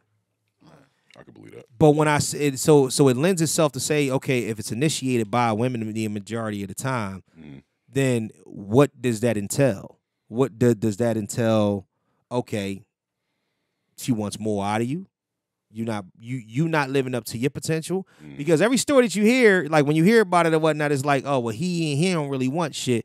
Like you could tell Pookie laying on the couch playing the game all day, that nigga don't want shit. Yeah, you know what I'm saying? Yeah. But what about, you know what I'm saying? What about Clyde that's out here busting his fucking ass? You know what I'm saying? He's working 45 hours at one job. He got a part-time. He drive Uber and Lyft and whatnot. But your lifestyles are different. And it becomes about the time. Lifestyle time being spent. different. The lifestyle, you say the lifestyle value? Yeah. Meaning what? Where somebody may want to work hard to get something. Yeah. The other person may finally get something and want to party or enjoy life. So you have to have the same work-life enjoyment balance to, I guess, work together. What do you think the argument is? What do you think the I ain't argument been in is? a relationship in years, so. Oh my gosh, here you go. See, I knew she was gonna go there sooner or later. Don't nobody love me. I don't love See nobody. us. But what do you think the majority of those arguments are about? Like when somebody says, because irreconcilable differences most of the time is that I think I can do better. I ain't never heard a man. I hate to say this. I never heard a man say, you know what? I think I can do better. I'm getting the fuck out of here. Like honestly, you either niggas might feel it, but they're not. They niggas never say a woman like, you know what, this ain't working for me no more. I think I can do better, and it always has something to do with what you're not offering. It ain't because never. There's a dude who's in a better position than you, who they can latch on to. Exactly. They can tangibly see it. Right, and all of the intangibles about life and relationships and how you work with a person and the chemistry and all that kind of stuff. Right. That comes second to money. You would think that. Right, it comes second. You would think that, but it's just so like it's so many people out here that is like unless like to me, I always have an old-fashioned thought process in it and whatnot because it's something that can't be explained. It really is something that can't be explained and whatnot. A lot of times, men can't even explain it. A man couldn't tell you exactly why he's doing everything he can. I've seen it so many fucking times and whatnot, where guys is like, yo, it's always about her and she's still not happy. You know what I'm saying? Like, you know what I'm saying? She's not happy with herself. But you can't convince her of that. You can't, but see, especially as a man. Right. How do you do that though? Not the man that's entering her. You can't do that. Right, but especially if you know what I mean. But just think about the more that you, and the reason I'm bringing it back to the father thing, the more that you have invested in it, the more likely that you are the father of this woman's children. So now it's to the point where it's like, is there your cousin said what you're not offering or what they think others have. But see, that's the problem. Everything is a highlight reel. Y'all walked up to me. It was story. like y'all walked up to me and y'all was like, "Yo, man, I see you be everywhere." It's not like, nigga, you don't know. You don't know the extra hours I had to do in order to get that. You don't know. You know what I mean? What I had to move around. You don't know what the background is. Never. But at the end of the day, just see me with it. So it's social media that's doing it. Yo, social media is a fucking disease. It really is. How many females do you have following you that you follow and shit that on their stories they're posting women and their fucking boyfriends or their husbands and shit like that are like celebrities or, you know, whatever. Right. And it's like they're coveting that. They're coveting these But you don't know what's going on. They're coveting what they think that lifestyle is. Yeah. Right. Because they're seeing all these pictures and all these videos and all this shit. And they look like they living the fucking life and they happy as shit. While you at home with your nigga who's playing fucking Call of Duty right now, not paying attention to you. You know what I'm saying? So they think that this nigga don't play Call of Duty when he goes home, but he is. Right. You know what I'm saying? You played against the nigga online. You know what I'm saying? Right. He just happens to have a bunch of fucking money. And I don't. You know what I'm saying? Because I'm a regular hard-working nigga, and he got lucky in life. You know what I'm saying? Right. Yeah. No, I agree with that. But isn't that the most infuriating thing in the world? Absolutely. Don't you understand that that's the reason why, like, you talk about the passport bros, you talk about these niggas that's in their 40s fucking with fucking early 20-year-olds and shit like that. Because at the end of the day, at the end of the day, you are able to display something to say, you know what? Not only I'm showing you what a man about, I'm showing you I'm the man that I want to be without any repercussions behind that. You know what I'm saying? And this is me. And if I fall off and I become a loser tomorrow, then guess what? This is still me. Right, this is still me, but it's going to be all on me, all on my fault. What happens is that most people get into it and whatnot, and like you said before, you start to see. Remember back in the day when the goal was when you walk past people's house, you always wanted to look into the house. Like, I wonder what's going on there. Oh, you go trick-or-treating, you looking in no motherfucking house, be like, oh, shit, they got the new shit in here. Yeah, you know I'm saying? That shit crazy. Yeah. That's exactly what the fuck social media is. Social media is trick-or-treating with the door open. You know what I'm saying? That's exactly. I literally had to cut myself off of social media for like 2 years. Like, Right. Probably like 2019 to 2021. I might have posted like one time. Yeah. Because it's unfortunate because it's glamorous and I live a pretty glamorous life. Like I love what I do. I'm always on the move and whatnot. It's literally a picture. Yeah. Mm-hmm. And people are coveting a picture. Exactly. Mm-hmm. And the famous saying is a picture speaks 1,000 words. You don't even know what those 1,000 words are. Right. I like that. What's the best gift you ever got for Father's Day? Oh man, don't do me first. I gotta think. Yeah, I gotta think about that. I get decent gifts, man. Right. Oh, yeah, I can't even think of none of them right now. That's a damn shame. The probably best gift that I got for Father's Day. Right. I want to say it was probably a fucking sound bar that I wanted. I really wanted this fucking sound bar, and I got the sound bar. I was happy as shit. Anytime you get, because normally I get like a T-shirt, like I got this for Father's Day. You know what I'm saying? Yeah, I got a couple of them. You got a couple of them, Jones. I got some nice sneaks. I got some good sneaks. or whatnot for Father's Day. No one's Day. ever bought me shoes. Yo, this shoes, Father's Day might be my favorite gift. She just gonna buy a bushel of crabs. We gonna fuck the crabs. See, that's what's up. Men are simple as shit. David, Last year, I gift just for wanted everybody Father's to leave me the fuck alone. Yeah, see, that'd be my thing and whatnot. Because what I was thinking about doing was I was thinking about going to go see the Blackening by myself and then sneaking in to go see then go see the sneaking to see Transformers. And then if I got time, I'm going to try to see if I can sneak in and catch a late show of Fast X. Because I already seen Spider-Man. Wait a minute, you didn't see that yet? I ain't see it yet. You know what else? I went to the movies and saw Guardians. I went that weekend. I couldn't go see it. I went that weekend. I couldn't go see it because I went to Florida and then they were talking about going to see Little Mermaid and that shit wasn't happening. You know what I'm saying? I'm not going to go see Little Mermaid. Go see fucking Spider-Man. Oh, I seen it. Oh, yeah, went to see that. So we'll get to the movie section at the end and whatnot. So yeah, but no, I think I got some pretty good sneaks and whatnot. My wife does a pretty good job and whatnot. Like she got me this for Christmas, so this was actually a good look. Gifts like this, I got to be specific about. You know what I'm saying? But anything else, like you'll get some, I'll get some T-shirts. You know what? I got I did get another good gift last year. I got a massage at Hand and Stone. Oh, I got a whole membership. Yo, that's an hot stone incredible massage. Yo, that Day. shit was fucking amazing. That's the kind of shit I get for Mother's Day. So my wife has a whole membership to Hand and Stone and whatnot. She pays on monthly. And she asked me today, she's like, you want to go get a massage? Because I'm down in the dump. She was like, what do you want to do? I was like, I don't want to do shit. You know what I'm saying? She's like, why don't you just go get a massage? I said, you know what? That might be a good look. Yeah. So, I'm thinking about that. Maybe I'll make a move, go get a massage. Yeah, definitely. So tell me some of we going to cap off in a second. What are some of the struggles of fatherhood? Oh, man. Keeping them breathing. For me, I was going to say for me, it's just always kind of being anxious about the future. You got to wait forever. Like, for instance, like, you know what I mean, seeing your son at age 19, correct? Yeah. You know what I mean? Like, I remember you talking about him when he was like 5 years old about different things you were frustrated about. Normal stuff. But it took a whole 14 years to see what that's going to manifest into, and it's the weight that's killing me.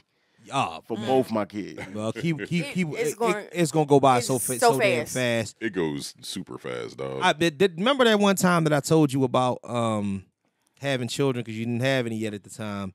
When I told you about that shit in the back of your neck that you feel, especially when you got younger kids. You know what I'm talking about? No, it's just it's like the stress. It's that stress tension in the back of your neck. Yeah. Like whenever you hear him cry or whenever you hear him, it's almost like a verbal leash. You know what I'm saying? Big time right now. Yeah. So that shit. My knot is going. Oh yeah, mine going too. I'm so happy. Oh my God. Mine is good, but I be having phantom pains of it. Like when I went to Disney, I had phantom pains of the knot. I didn't like that shit at all. I was like, yeah, I'm gonna leave these fucking kids alone. But yeah, I mean, like, yeah, other than that, yeah. Yeah, it's a whole different feeling now that he's out of school. But there was a knot that has been in the back of my neck for at least 5.5 years. Yeah, that shit is vicious. I don't know what 7th, 8th through 12th. I don't know what the fuck it is, but it's there. What about you, Percy? I don't know. I like being a dad, so I don't have a whole lot of struggles. There ain't no struggles and fights. I don't have a whole lot of struggles that I can even think of. You know what I'm saying? Like, yeah, he don't worry about. I don't worry about my kids at all. Like, I'm very confident in my parenting. Right. I'm very confident in my parenting. And I don't know if that comes from the way my mom parented me, and I parent my kids the same way. Right. But I don't. Nothing really stresses me out about them. Like my son, he came home drunk 3 fucking weeks ago. He's 18 years old. Yeah. And he was fucked up drunk, like passed the fuck out. His friend came with him, all that kind of shit. I'm just like, I don't feel like fucking babysitting. Yeah. But it still wasn't like a stressful situation to me. You know what I'm saying? Yeah, It was just like, dog, stop doing dumb shit. Yeah, exactly. You know, you waited till you was 18 to go and get drunk in public, bro. Like, what do you fucking My do, son a man? goofy ass drunk too. He do this.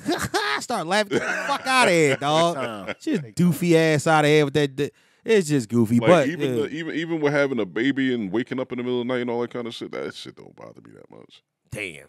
That shit don't bother me that much. You a different breed, bro. Yeah. 'Cause that shit was the oh my, that was the bane of my fucking existence, man. You know what? When I look back on it, though, I think that's why people have kids when they're younger or whatnot, because at that point I was only 20, 21 years old. Yeah. Sitting there and like in the middle of the night and whatnot, getting up and put a bottle and turning on the Matrix. You know what I'm saying? And sitting there and like nodding off, falling asleep while I'm feeding the bottle, and then, you know what I'm saying, rocking them back to sleep. Those are like memories that I have at that time. Yeah. And that shit seemed like it was so long ago that it's even hard to even kind of remember. Right. So that's, you know what I mean? But yeah, I could say that. It just now just being worried about your kids being productive members of society. Right. Because I there are so many different things. Like I took my son to drive yesterday. Mm-hmm. You know what I mean? And I was gonna pay for the driving lessons or whatnot because I know my patience a little off sometimes. Right. But I'm just like, shit. Like I might as well get in there. And we sat there, we was trying to parallel park for an hour, and he got it sometimes he didn't. And he kept doing it. And the thing is, I just found myself just saying the same thing. I'm like, dog, the definition of insanity is doing something the same way. That, you know what I mean? Yeah. Every time and expecting a different result. Try something different. You know what I mean? So it takes time, but that's I just want him to be ready for adulthood. Right. And a lot of times when you see some of the spoiled shit, that's the struggle in it, because I'm like, mom want to spoil him. And I get that. But being a black man, nigga. Yeah, no. It's so hard to say, oh, it don't matter, man. You can be a failure to launch ass nigga until you 20. No, you can't. Right. Like, no, you can't. Be ready now, and if you need us, then yes, you fall back on. But don't rely on me now so much that it's going to leave you complacent. Like at 19, you should have had your fucking license. I had my license when I was 16. Right. But I had you know, mine at 18. My thing. But everybody got a different path. But I was everybody got a different path. But think about it now. We didn't have Ubers and shit back then. Yeah. Now these niggas is like, fuck it, I don't really need it. I just call up an Uber. Like, nigga, no. Yeah. Like what happens when there's no more Uber? Exactly. That can happen. That really can happen. That You might can want to, happen. you know what I mean, just to have your own shit, man. So, beyond the struggles, what are some of the joys of fatherhood?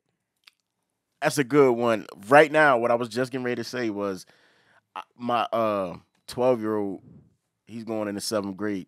Right.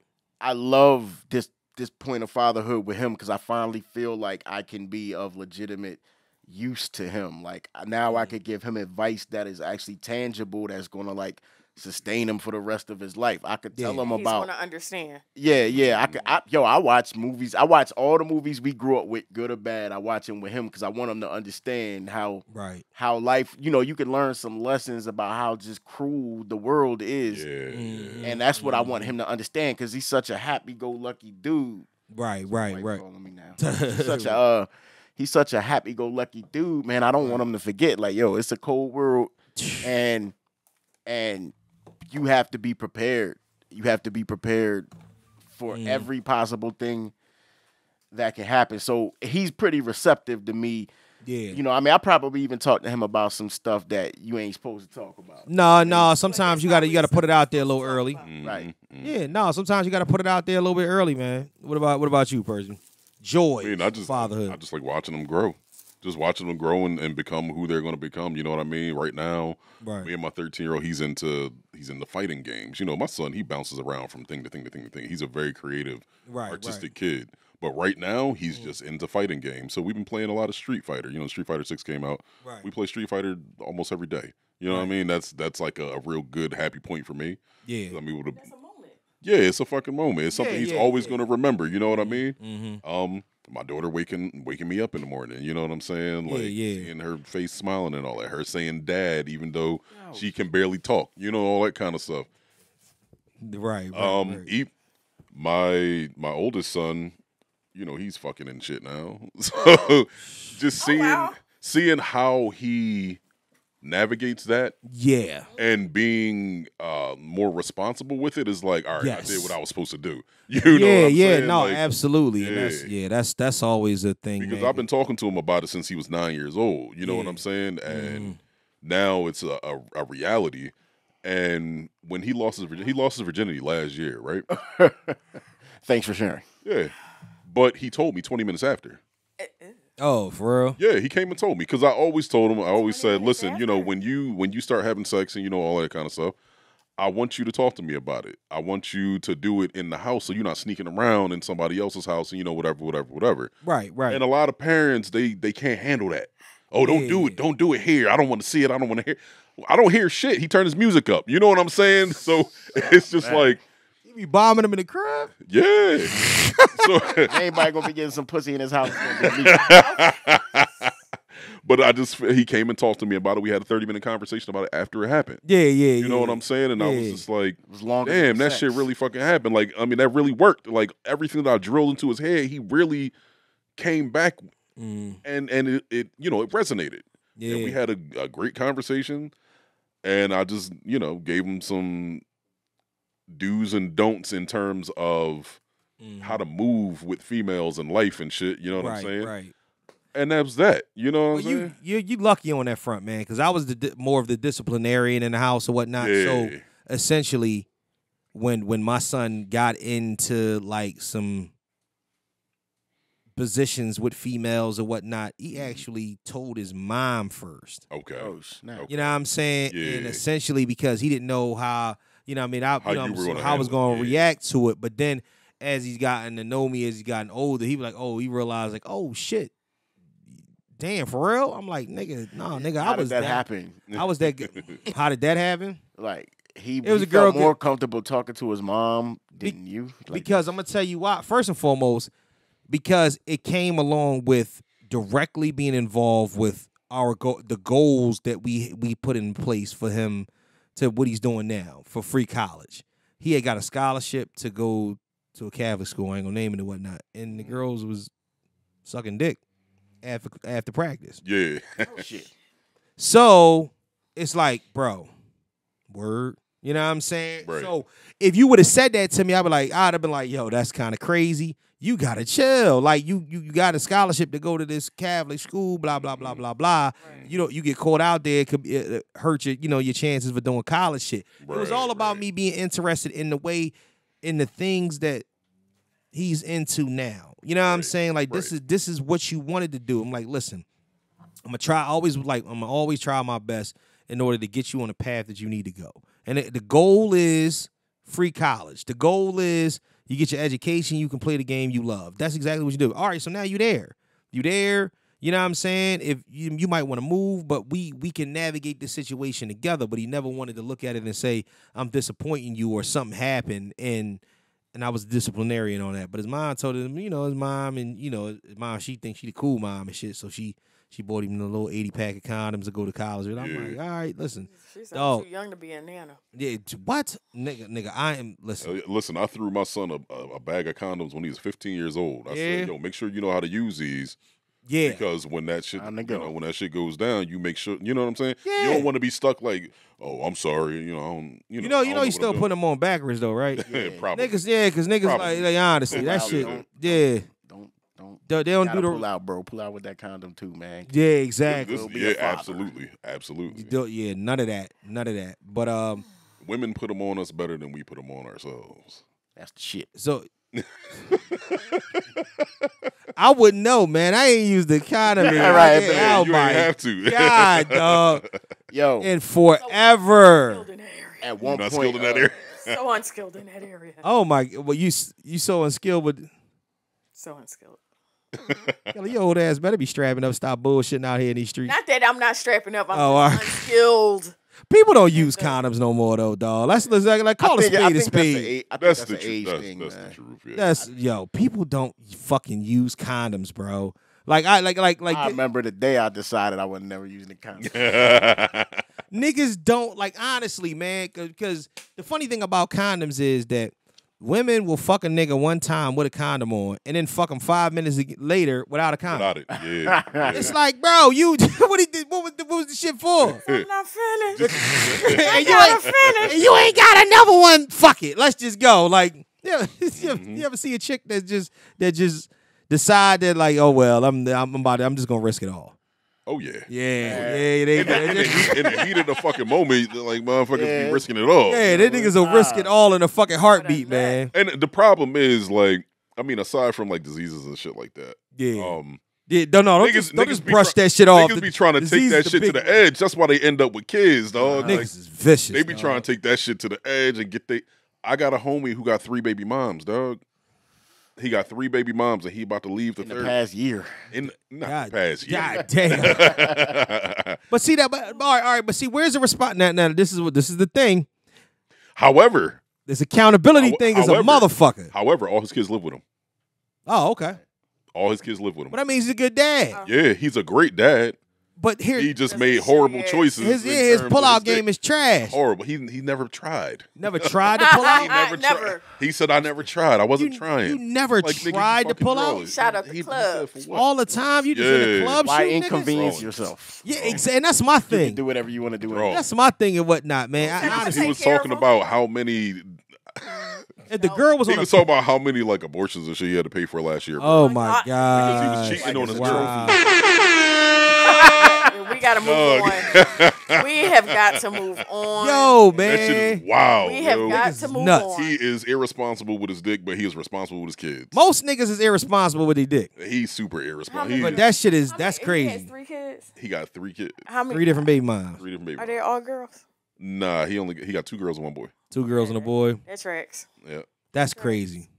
Yeah. See, we gotta move on. But no, nigga, because I mean, that's massively irresponsible. But it is like honestly, it is. But see, okay. So, but look at that. Now, look at that.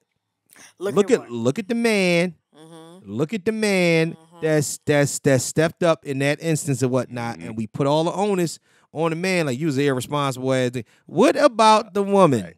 That the 3 women that allowed him raw dog without pulling the fuck out. It wasn't a birth control pill in sight. Where's the plan B? Yeah, right. Where's women got like 47 methods of birth control. Niggas got 2. If a woman just says wear a condom, you gotta fucking do it. Lord. But the women make all the fucking rules in the women sex. don't give a fuck. Women probably give less of a fuck than niggas do. Probably. When last time you... Nah, I ain't gonna do that. I was gonna say, right? I remember one time, I didn't have no condom on, but I had a condom on, right? And I basically... Hold on, what? I didn't want to have a condom on. Oh, I thought you said I ain't had no condom on, but I had a condom on. So go ahead. So I basically was indicating that I didn't want to have a condom on, so this motherfucker just grabbed that shit and yanked it off like that. I'm like... Well, that was pretty slutty. Yeah, exactly. One time I was fucking a chick and she said, this shit feel different. Take that condom off. That's the shit. Yeah, they don't like him just as much as we don't like him. Well, they did a good job in the 90s of making it like it wasn't a thing that was so counter to sex. AIDS was a big thing. Right. AIDS was a big thing. Happy Father's Day to you niggas. Like, that shit is crazy. AIDS was a big thing? It was. No. AIDS is a big thing. Not as much. All right. I'm not saying that it's not a big thing. Because niggas ain't getting tested. But, no, not even that. It's just that, people are just... Niggas be treating AIDS like COVID. You know what it is, though? They have, like, medications and shit where motherfuckers can, like, if they were with somebody who may have fucking had that shit or something, they can go and get medication that'll stop it at the fucking door. Oh, word? And then if you do get the shit, you can live for like 40, 50 fucking years. But in the 80s, you was dying in like 10 years. But if you a dirty dick nigga, you not going to go see nobody about nothing unless it's burning. Using lyrics line. Yo, don't do that. You gonna bring my daughter into this shit? Don't bring lyrics line. My daughter called the little boy at the school. She called. They had jokes or whatnot, and she's like, "Fuck out my face, you dirty dick nigga." I'm like, oh my god, bro. That is stop big up in that. That's not a good look. That's the rough parts of fatherhood. Yeah, that's the rough parts of fatherhood. Well, what brings me joy? You know, ain't no dude get ready to fuck with her. No. Dirty dick nigga. God damn, that's kind of vicious. I know that nigga was hurt. You know how she said it. No. The head bob with it. Yeah. He ain't said nothing else to her. I ain't said nothing else. That's embarrassing. That's embarrassing as shit. That's embarrassing as shit when you was 7th grade. It I heard your dick dirty. Because then fucking everybody believes that shit about you automatically.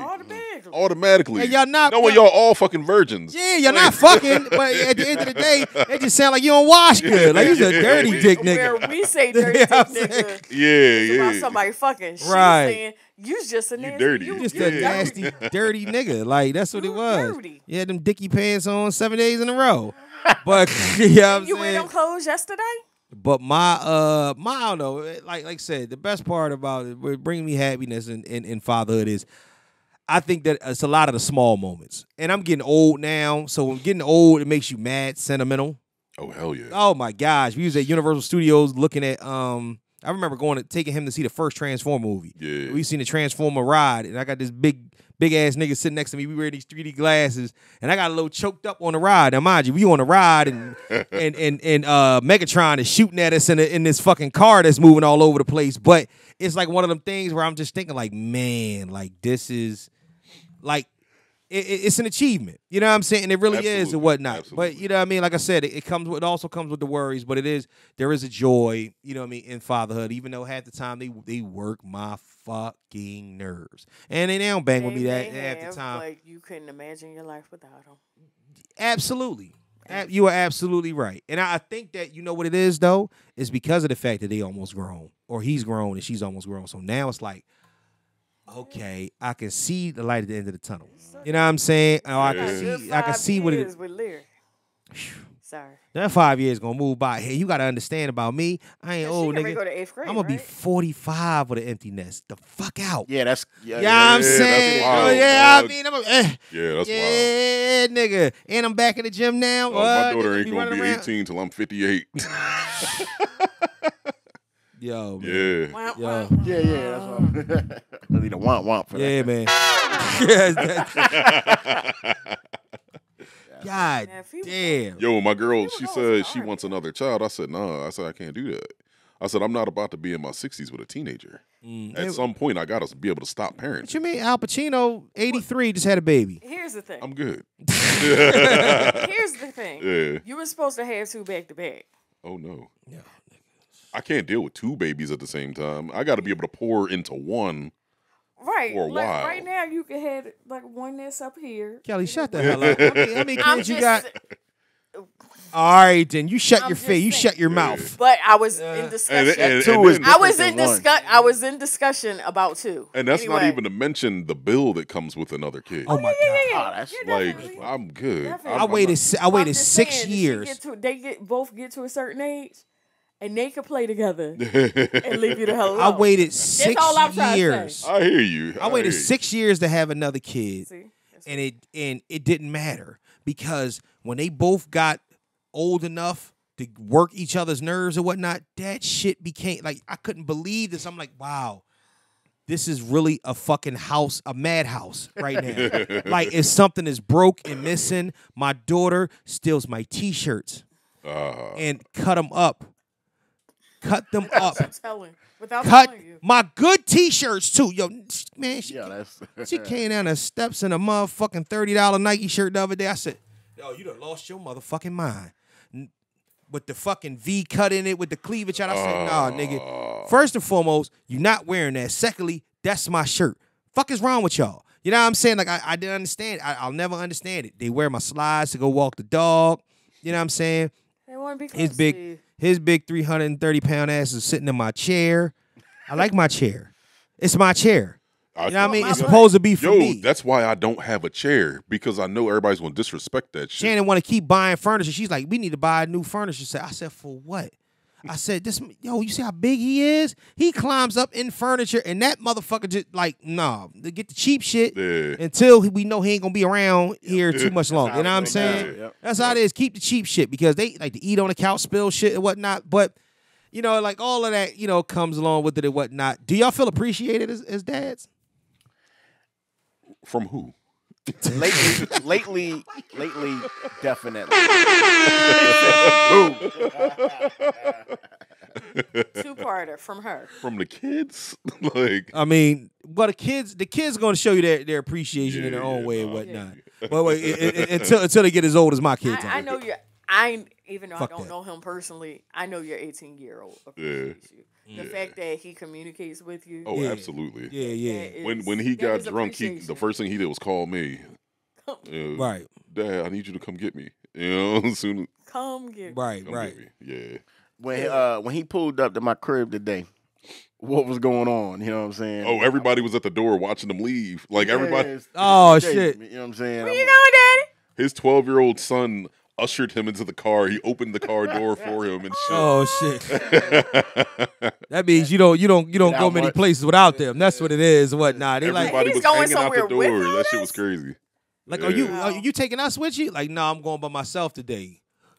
So to your point about appreciation, that's like I'm with y'all and catering to y'all and for y'all so often that when I do go out on a Friday night, you're all ushering me out the house. You know what I mean? So yeah. I definitely sometimes take care of you. Yeah, but I definitely sometimes want it to be understood. Like, yo, Dad puts a lot into us. Into this. Absolutely. You know what I mean? Dad is not out at Ruby Tuesdays. You know what I'm saying? Ruby Tuesdays. Whatever. No, it's funny. I got Ruby Tuesdays and Ruth Chris mixed up a couple weeks ago. She made fun of me. I'm so fucking old. Right. I'm broke. So that's the whole point of what like I'm not, you know what I'm saying? You talking about this steak. I was like, and Ruby Tuesday? Yeah, like Ruby Tuesdays. She's like, you mean Ruth Chris? I said, oh shit, yeah, Ruth Chris. Ruth Chris is definitely different than Ruby Tuesdays. That bill look a lot different when it comes to the table. No, that food look a lot different when it comes to the table. Yo. When last time your ass been to Ruth Chris? Hey, it's been a long time since I've been anywhere. Oh my God. So would you cut that shit out? Won't nobody take me nowhere. See what I'm saying? It's the truth. Where's the lie? All right, so what are y'all doing? What y'all doing with y'all Father's Day plans? Anybody barbecuing for y'all? I don't have any plans like for myself. I really don't want to do shit. Yeah, I'm gonna be in the crib probably just playing Call of Duty. Like she's going to some sort of like church function with her mom and aunt, and she's gonna take at least one of the kids. So it'll probably be me and the little one, or somebody might come take the little one for a while, and I just got the house to myself, and that's perfect. You know what I'm saying? Oh shit! Get the laptop out. Light a candle, shit. If she facilitated that for me, then I can appreciate that. That's cool, man. Yeah, that's cool. I don't know what I want to do. I was acting like a little bitch ass nigga earlier. What do you want to do? I was like, we don't want to do nothing. You know what I'm saying? But I don't know. I might want to do. Go get a couples massage. No. This is Father's Day. This is what I'm talking about. I appreciate. You one of them chicks. You one of the 4 women at the Million Man March in that fucking Toyota Corolla. Sure Get your ass back in there and drive home. She can drive you to your massage, and then she can take you out to dinner without the kids, because y'all just spent like a week and a half with the kids. That's one of the reasons why I don't want to do shit. They have been around me all the time. Like, I'm not used to that shit at all. You know what I'm saying? Like, they was just there. I'm like, nigga, you still here? You know what I mean? And then we took a friend of ours' daughter with us, and she stayed in the same little condo that we stayed in, and her and Lyric is the same age, and all they did was argue the whole time. Oh, wow. Just, don't talk to me that way. I don't care. I'm like, oh, my gosh. What's up with young people arguing? They love that. And it don't be about nothing. They don't ever about nothing. That's all they see on TV now. That's true. Did they hug when they don't see nobody doing nothing productive or interacting happily on TV. On everybody on TV is always arguing. Mm-hmm. On everything that they like to watch. Everybody's arguing. Yeah, you know what? That's what it is. I guess conflict is entertaining, but to me, I find it stupid. You know what I'm saying? I've made it a point not to, like, I think it's been at least 5-6 years that I've like actively made a note not to watch reality TV. Like I used to watch Real Housewives, whatever. Yeah. I can't do that. I only because watch. we don't function like that. I only Like, watch shit Dr. is Pimple TV. Popper. That's my Ew. shit. Oh, I can't watch that. That's my shit right I there. can't watch that. I've seen that before. And or 90 Day Fiance. I watched 90 Day That's Fiance. my I watched shit. Married at First Sight. Yeah. I watched like The Now, Challenge the and, new- and the fucking new Gordon Ramsay season- shows and shit like that. Yeah, you The old new as shit. season We of all- Married at First Sight, I like might have to get barbecue up on. cooking shows too. Oh That's some man. good shit. Oh well, What's up? it's been fog. Yeah. We gotta talk movies real quick. I did see Spider-Man. I know. I might try to sneak in it. I do want to see The Blackening. Anything interesting y'all watching on TV? I'm watching Fubar with Arnold on I Netflix. meant I to haven't watch started that. that yet. Yeah, that shit is alright. Yeah, I mean it's funny too. Arnold. I'm watching Joe Pickett on Paramount. So I just finished the first season, which was Right. really Okay. good. Oh, okay. I just started the. David Allen Greer's in it. Oh, okay. He plays a bad guy. Oh yeah, I might have to watch that. That'd be funny. I just started the new season of Black Mirror. I heard that I watched a couple episodes from the old season. There was only like 6 episodes from the Oh, original one. you never saw like the whole shit? I never saw the whole thing. I know Oh, Anthony Mackie man. was in a couple episodes that I watched. That was in the last season. Now you got to watch the first season. Yeah. The first and the second season were fucking like mind fucky as shit, yo. They're Yeah. fucking great. But this new season is starting out pretty good. I gotta watch that one with the bull that was in the Matrix, that was in the Best Man too, Harold Pinunier or whatever his name is. What's that called? I think it's called like From. It's called From. Yeah. What is that on? That's on Amazon, right? Yeah, I gotta watch that because that I seen a snippet of that shit, and I guess it's this town that lives. You're stuck in the town. He's stuck in a town, and there's monsters that come out when the sun go down, and then the monsters take the place of dead relatives. Oh Lord. And it's like you gotta lock your doors and protect your kids or whatnot. But he's like the master of knowing what the fuck to do when they're in the town. I gotta watch it though, cause you know what I mean. What else? You watch anything? Well, yo, I don't. The summer just started, man, so I got a lot of catching up to do. I really yeah. don't even watch TV like that during the school year because it's just not no time to really catch anything. I might watch like a Power, like the whatever the latest Power thing is or something like that. But You watch The Boys? I love The Boys. I You definitely saw all 4 seasons. Um, Is it 3 seasons or 4 seasons? It's three so I far. I only think. saw the first season. Oh, what? Yeah, nah. Slipping. The Boys is the Boys. Yo, The You got Boys is suspended. everything. As far as like the whole superhero thing goes, it's probably the funnest of like all of them. Yeah. It is. Because what I went into thinking it was, Mm-hmm. and then actually watching it, I was like, well, oh. What? This is And what it makes total superheroes would sense. be like in real why, life. Yeah, why wouldn't it happen? Right, Yeah. right. You watch Bel Air? Yeah. watched I still LA. gotta That's finish my the shit. second season. Yeah, finish the second season and whatnot. The Night Agent is another one on Netflix. That's the shit. I like that. That was real good. No, thank you for the recommendation. I appreciate it. No, don't look at me like that. Yeah, well, you didn't even watch Bel Air until 2 weeks ago. Yeah, all right then. And So what? movies. I had reasons. Spider-Man. Spider-Man is the Oh shit. yeah, I didn't catch that. The movie, the story was great. The movie was mid to me. Think so? Yeah, because the action is not. First and foremost, I have an issue with it being a cartoon. I don't give it the same respect as I do the other movies because it's, it's a Well, cartoon. it's a part 2. So did you have issues with the first cartoon? Yes, I did. Oh, I had well, fuck issues you with both of them. I didn't take it as serious. Don't get me wrong. First one was good, but Right. But I this, think the cartoon thing. I don't think I yeah, could for do it. some That was reason, the only way you was going to get the Super Pig, the Spider Pig. yeah. I mean, That was this hilarious. I was done. On it's that. so many. They got a motherfucking T-Rex Spider-Man in this one. Yeah. It's all types of goofy. It's like Yeah, but that's They all from like the introduced the comics and shit. multiverse, Though. right? yes. But Yeah, this, all of that shit is from comics. this, yo. yeah, it is all from cotton. It all delves deep. The story is great. And first of all, it's the longest cartoon. This is a 2.5 hour movie. A cartoon. Like I was like, damn, I never seen a cartoon this long. It's a hell of a movie. Like I said, the story is great. To me, just I wish the action was better. You know what I'm saying? Because the action was very Ninja Turtle 1992ish. Ah, man. You know what I'm saying? Yeah, when he was fighting the spot in the beginning. Blip, blop, blip, blop. They couldn't give it. blop, blip, This is what blop. I'm gonna say. They couldn't give it too much because you got Yeah. a whole nother movie coming. You know what I'm saying? It's going to end it, and that's going to be crazy. I know. That's going to Damn. be nuts. I can't wait for that. Yeah. So they done did 4 Spider-Man's trilogies. Yes, they have. Yeah. 4 Spider. Well, no, they didn't get the. But they're all tied into the same multiverse. Amazing Spider-Man only did 2 movies, but from what I'm Oh, okay. understanding, they trying to do one another more. standalone for it and whatnot. But Wow. You know, it's Shit off. I'm ready to see. Oh, Flash came out today. I heard it was mid, but I'm gonna have to see it. I'm not I much just for like saw DC comics. Yeah, me neither. But I'm gonna have to see it. I gotta go see it. It literally really looks good. I don't want to support Ezra Miller's bum ass. I don't want to support him. Yeah. But it's the fact that Because if Jonathan Majors can't get a job no more, fuck Ezra Miller. That's how I feel really about the it. What'd you think fact of that Creed 3? Creed 3 was great. It was the best one. I didn't see it yet. She oh yeah, you talking all that shit about nigga, I saw that too. I saw Creed 3 too. it was the best one of the trilogy though. It was What? really, You think so? It was really well done. They really did it good. They did a good job because it seemed like when you first seen it, like, oh, this is some bullshit. They could have put this on Netflix or something like It's that. on Prime now. It's actually official. It's actually fucking official. Check that shit out. It's that the plot throws you for a loop because you be like, oh shit. Like it's not what you think it is. And that was the whole thing. I'm like, all right, it's another fucking Creed movie, Rocky movie. He did very well with directing it.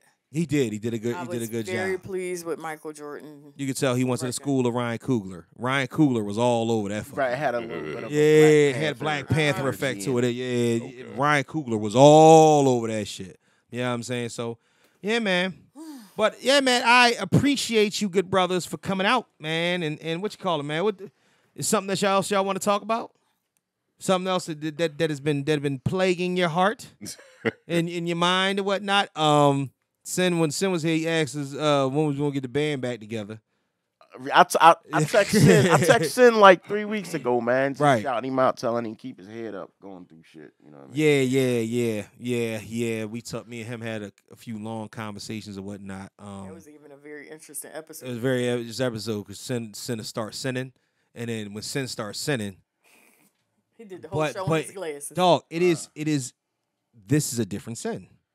I mean, the nigga's a father. He's a father. He got all the same responsibilities we all got, man. Yeah, but it's a very mature sin and whatnot. And not only is it a mature sin, it's a spiritual sin, which is throwing me for a loop. Spiritual too. sin. Yeah. I didn't spiritual sin. I didn't even know sin believed in God. But you know what I mean? I would have been pretty sure he didn't. But honestly, I was almost convinced he didn't believe it. Me and him have had some in-depth conversations. He even talked about it a little bit on the pod, and he gonna be cool, man. He gonna be cool. You know what I'm saying? It's just, you know what I mean? You know, hold him up, keep him up in prayer. You know what I'm saying? That's my man. You know what I mean? And we'll do. That's what I've been trying to do for the longest. We need to get a whole show together, just some league team super dope shit.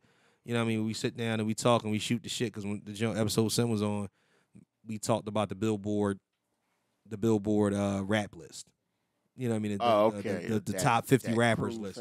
No, the top 50 rappers. Oh, yeah, they have. Such a horrible no list. disrespect, but they had Nicki at 10. I mean, there's no way in the world she's the 10th. No. Even by Billboard standards. Like, they had KRS the whole One list was at horrible. like 43, dog. They had. Well, who's running Billboard now? Though? Who's in charge of this list? Because I mean, you gotta remember that but the list is based on their magazine, regardless, which was always going to be like some pop stuff, even in 1990. Right. But what I'm saying is like whoever's choosing this stuff, is from a different generation than who was choosing it in the 90s. That's true. Well, they have to be to put. You gotta remember that. But see, what happens is I think they probably had like people in there to kind of like guide them with some of the older people. But it becomes like, all right, everybody who they want on the list, and then a bunch of nostalgia thrown into it. Right, so it makes it a clusterfuck of goofy shit. I also don't think you have people that, like you, are lyric listeners. Right. And then you have people it's not a lyric era. Pop listeners. That's why Gucci Man was on the list. Yeah. How was Gucci what number was Gucci? Because like, yo, he was higher than he should have. He was higher than KRS-One. He would think he was like. I'm like, I couldn't tell you a Gucci Mane song. Not one of the top 50 lyricists. I'm not judging. No. Saying, not one of the top 50 rappers. But see, that's the whole point. If the list was the top 50 best-selling rappers, I can see that. He's not even that. I wouldn't even think he was. He's not even that. But you're just saying top 50 rappers. I'm not putting Nicki Minaj on the same list. I'm putting Eminem and Jay-Z. That shit's nuts. That whole situation. But you know what? Like, who was number one? It wasn't Jay-Z. It was Jay-Z. Okay. Number 2 was Kendrick. That's a bit of a reach. If you feel Kendrick is one of your top 5 favorite artists, I can't knock you. He's probably like the person I think is the best of like this the new latest rage. generation. Yeah, of artists. But even Yeah. then, best I could probably do is top 10. And it's just a lot, man. Trust me, some of the people crept in that top 10, and it was just like, ooh. what? Like, who did you pay to go on this list? They had Pun at like 30th or something. Yo, the whole list, They like some people was in there that was just like, yo, what? Like, what do you? And then some people Like, we just, read that list from 50 to 1 and was did. like, what? Yeah, the- it was always Yo, shocking. but like I said, the people who making this list, they're looking at people like KRS-One, Big Pun, Yeah. and shit like that. The way we look at the Sugar Hill Gang, you know what I'm Yes. saying? That's Yeah, how for they sure. look at it. Yes. So they're Exactly. not as relevant. You know what I'm saying? Yeah, but still, Whereas like a person like Nicki, she's maybe been around for like 15 years or something like that. I just hate the idea that they take the popularity of a situation like the 2 rappers that were murdered are always going to be in people's Well, top five. yeah. Yeah, but how you gonna You know put what I'm Nicki saying? higher than Lil Wayne? No, they didn't put Lil Nicki high. No. Lil Wayne was 7. Women love Nicki Minaj, dog. That still ain't got nothing to do with that fucking list. Right. A lot of it has a lot to do with that list. I promise you. Nope, because I ain't even gonna go there. 'Cause you about to bring out my misogynistic side and whatnot. Me and Dub used to have Oh, a saying. yeah. We used to Yeah. have a saying. We could have put that shit on the door. You know what I'm saying about women in hip hop. Never mind. Yeah, don't. You know what I'm saying? Yeah, we go. Because it don't apply. It doesn't apply to everybody. It don't apply to everybody, but damn sure applies, man.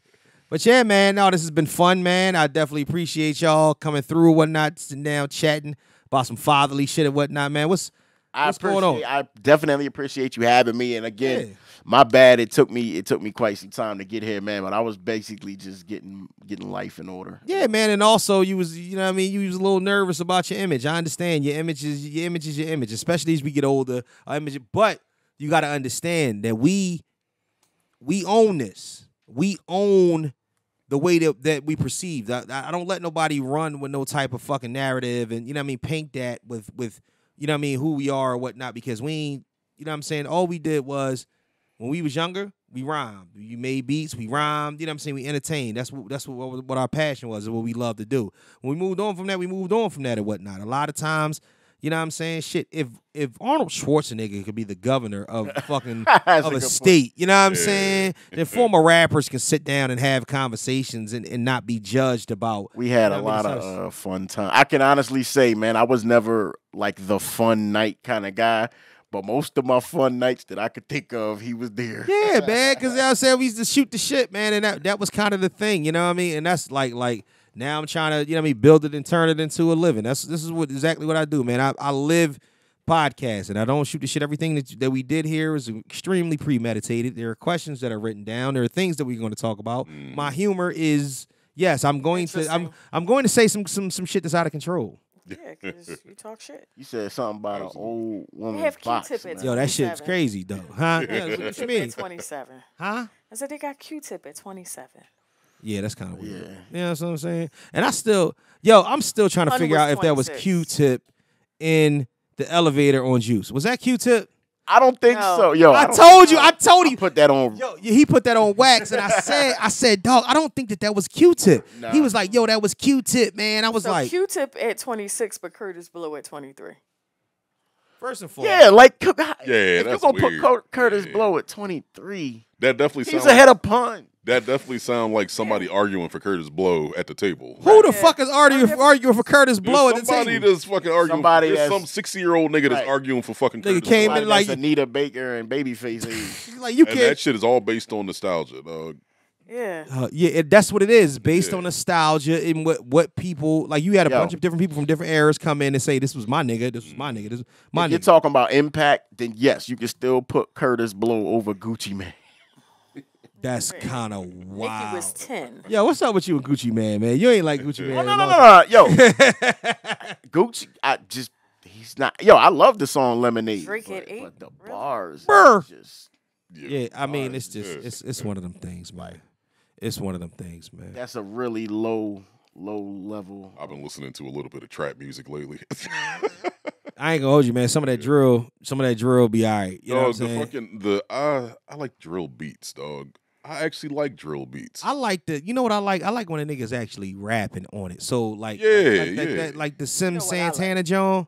I fuck with that song. I actually like that song. The Sim Santana shit. But when these niggas just start doing anything over, I just like niggas, stop. Like drill beats with the right niggas will be crazy as shit. Do niggas actually sit down and write raps anymore? Like, do they sit down and think like you know, we used to be in this like let the beat play over and over again and think about what you saying when they rapping? Probably not to the same degree. Based, definitely. Yeah, because I mean, the only niggas that I can say that I think that write their raps is niggas like The Baby, Lil Baby, and Lil Durk. Oh God, and no, but I've heard these niggas rap and these niggas actually but these niggas would have been a lower tier of rap. They would have been a low tier of lyricists back in the day when we was that's also just one area of rap right now. You know what I'm saying? There's a lot of fucking rap going on right now. You know, but it's the most it's the most dominant though. That's the only problem. Like the niggas that's out here, you either auto-tune melodying it up or you got some sort of drill shit that you doing a lot of drill trap shit to it. Boom. I mean, the reason that it's the most dominant is the same reason that the rap that we was listening to in the 90s was dominant. You know what I'm saying? It's because it's what connects for the masses. It's what connects to the community the fucking most right now. Yeah. You know what I'm saying? And that's a sad thing to say. That's a sad reality, but it is. You know what I'm saying? It's the reality. I had to accept that years ago, and once I accepted that, I had no shame in not being. Because you got to remember, this shit is catering to 20, 25 years old. You know what I'm saying? Not fucking 40-year-olds. This shit actually, I ain't gonna lie to you though. But at some point, I mean to cut you off. At some point, you do like even me. I knew who Curtis Blow was while I was listening to Pun. Right. It's just the respect to the thing to find out what happened before you existed, right? So the fact that people don't feel the need to do that, it just speaks badly about our culture as a whole to me. True. Yeah. Do you think that because to me, you got to be open to all of it, right? Especially if you're going to call yourself, if you're going to call yourself a rapper, then yes. I may not like Curtis Blow. I may not enjoy his music. Right. But you need to pay respect to those that came before you. You need to know the history of the genre that you are working in. Do you think that the generation that listened to Curtis Blow, do you think that by the time Wu-Tang came out that it killed hip hop for them? Yes. Like this because this shit's killing hip hop for me. Right, that's what I'm saying. Definitely. That's what I'm saying. And if you were at the top, it's only natural that you're gonna have like some sort of animosity with someone that takes your spot. Even on the New Edition, you seen the New Edition biopic that had came out. I think it was on BT or VH1. Right, VH1. Yeah. There's a scene where Curtis Blow is like cursing them out because they beat him on the Billboard charts. Oh shit! And I'm sure they wouldn't put that in there if there wasn't some level of like it happened. Yeah. I don't know, man. More power to everybody. What? B Street? Not B Street. What's the other one? Breaking. Crush Groove. Not Crush Groove and Crush Groove. Yeah, you know the name of the movie. I like Crush Groove. Crush Groove. All right, y'all. Well, get with us on IG at Mr_Know-It-All_pod. The Facebook fan page, Mr. Know-It-All Podcast fan page, Mr. Know-It-All Podcast on TikTok. And please send us your fuckery, duckery, and schmuckery over to the Gmail account at MrKnowItAllPod@gmail.com. That's MrKnowItAllPod@gmail.com. Please click the thanks button. Send some money over this way or whatnot. I do all this shit by myself or fund it. What the fuck? Holla at me. Anybody that's looking to pick up some quality fucking programming. Get on the bottom floor. Get on the bottom floor. Next week, we're going to have the strippers in. I love y'all Facebook comments too, man. I be having fun whenever. In my head, I said strippers. No, ain't no strippers in here. I'm lying like a motherfucker. might be a stripper in my house next week, though. Shit. Oh, word? Clients, man. Yo, you know, you got to start like calling people over or whatnot. You know what I'm saying? You just like, hey, look. I have quite a few stripper clients at this point, but most of them live in D.C. Yeah. I remember you tattooed an entire hand on an entire ass. Oh, yeah. That was fucking drawn. That was a lot. Yo, that was a lot. Yeah. What are her goals? Girl's boyfriend's fucking hand. Yeah, I wonder where she's at now. So wait. Are they still together? I think I asked you probably not. I asked you this last time you were here. Have you done a vag yet? Nah. God damn it. Nah. If someone asked you, would you? Absolutely. Okay. So what's the closest you've done like a pooch though, right? I mean, I've done right above the fucking vagina, like literally directly above the slit. Oh, okay. You know what I'm saying? But not like because I seen the this. slit. The clip. Like the word. The slit is That's old yo. So How wait did a she minute. handle that? Yeah, I know. No, so but because I told you about the time that I heard where the dude that sit on the lady chest because she wanted a demon's mouth. Yeah. The vagina, the whole vagina is a demon's mouth, and like the beef curtains was hanging out. It looked like the tongue. It's a wild What situation. statement is she trying to make to him? Yo, it's wild, man. Like people, She was People just want to crazy. get wild shit. That's all. She was crazy. he tattooed an entire like handprint ass on an ass, on hand on an People ass. just be doing shit. Yeah, man, he did wild shit. So what did the one above? Because I knew a chick that had a tramp. It was just a little heart. That's all. I knew a chick that had a tramp stamp that said "Lucky You." I'm dead ass serious. Yeah. Said "Lucky You." Yeah, it's a whole lot of that kind of stuff. Yeah. Lucky. I tattoo honey pot above a bitch's pussy, like above her pubic region. So, you know what I'm saying? Little shit like that. Honey pot. Yeah, honey pot. I know that's wild. Good night. Don't get honey pot, man. Yo, Lucky You is crazy, man. Yeah. But now it's time to say goodbye to all my Negro friends. Are you about to sing Barney, dog? No, this is the. You don't remember Def Comedy Jam?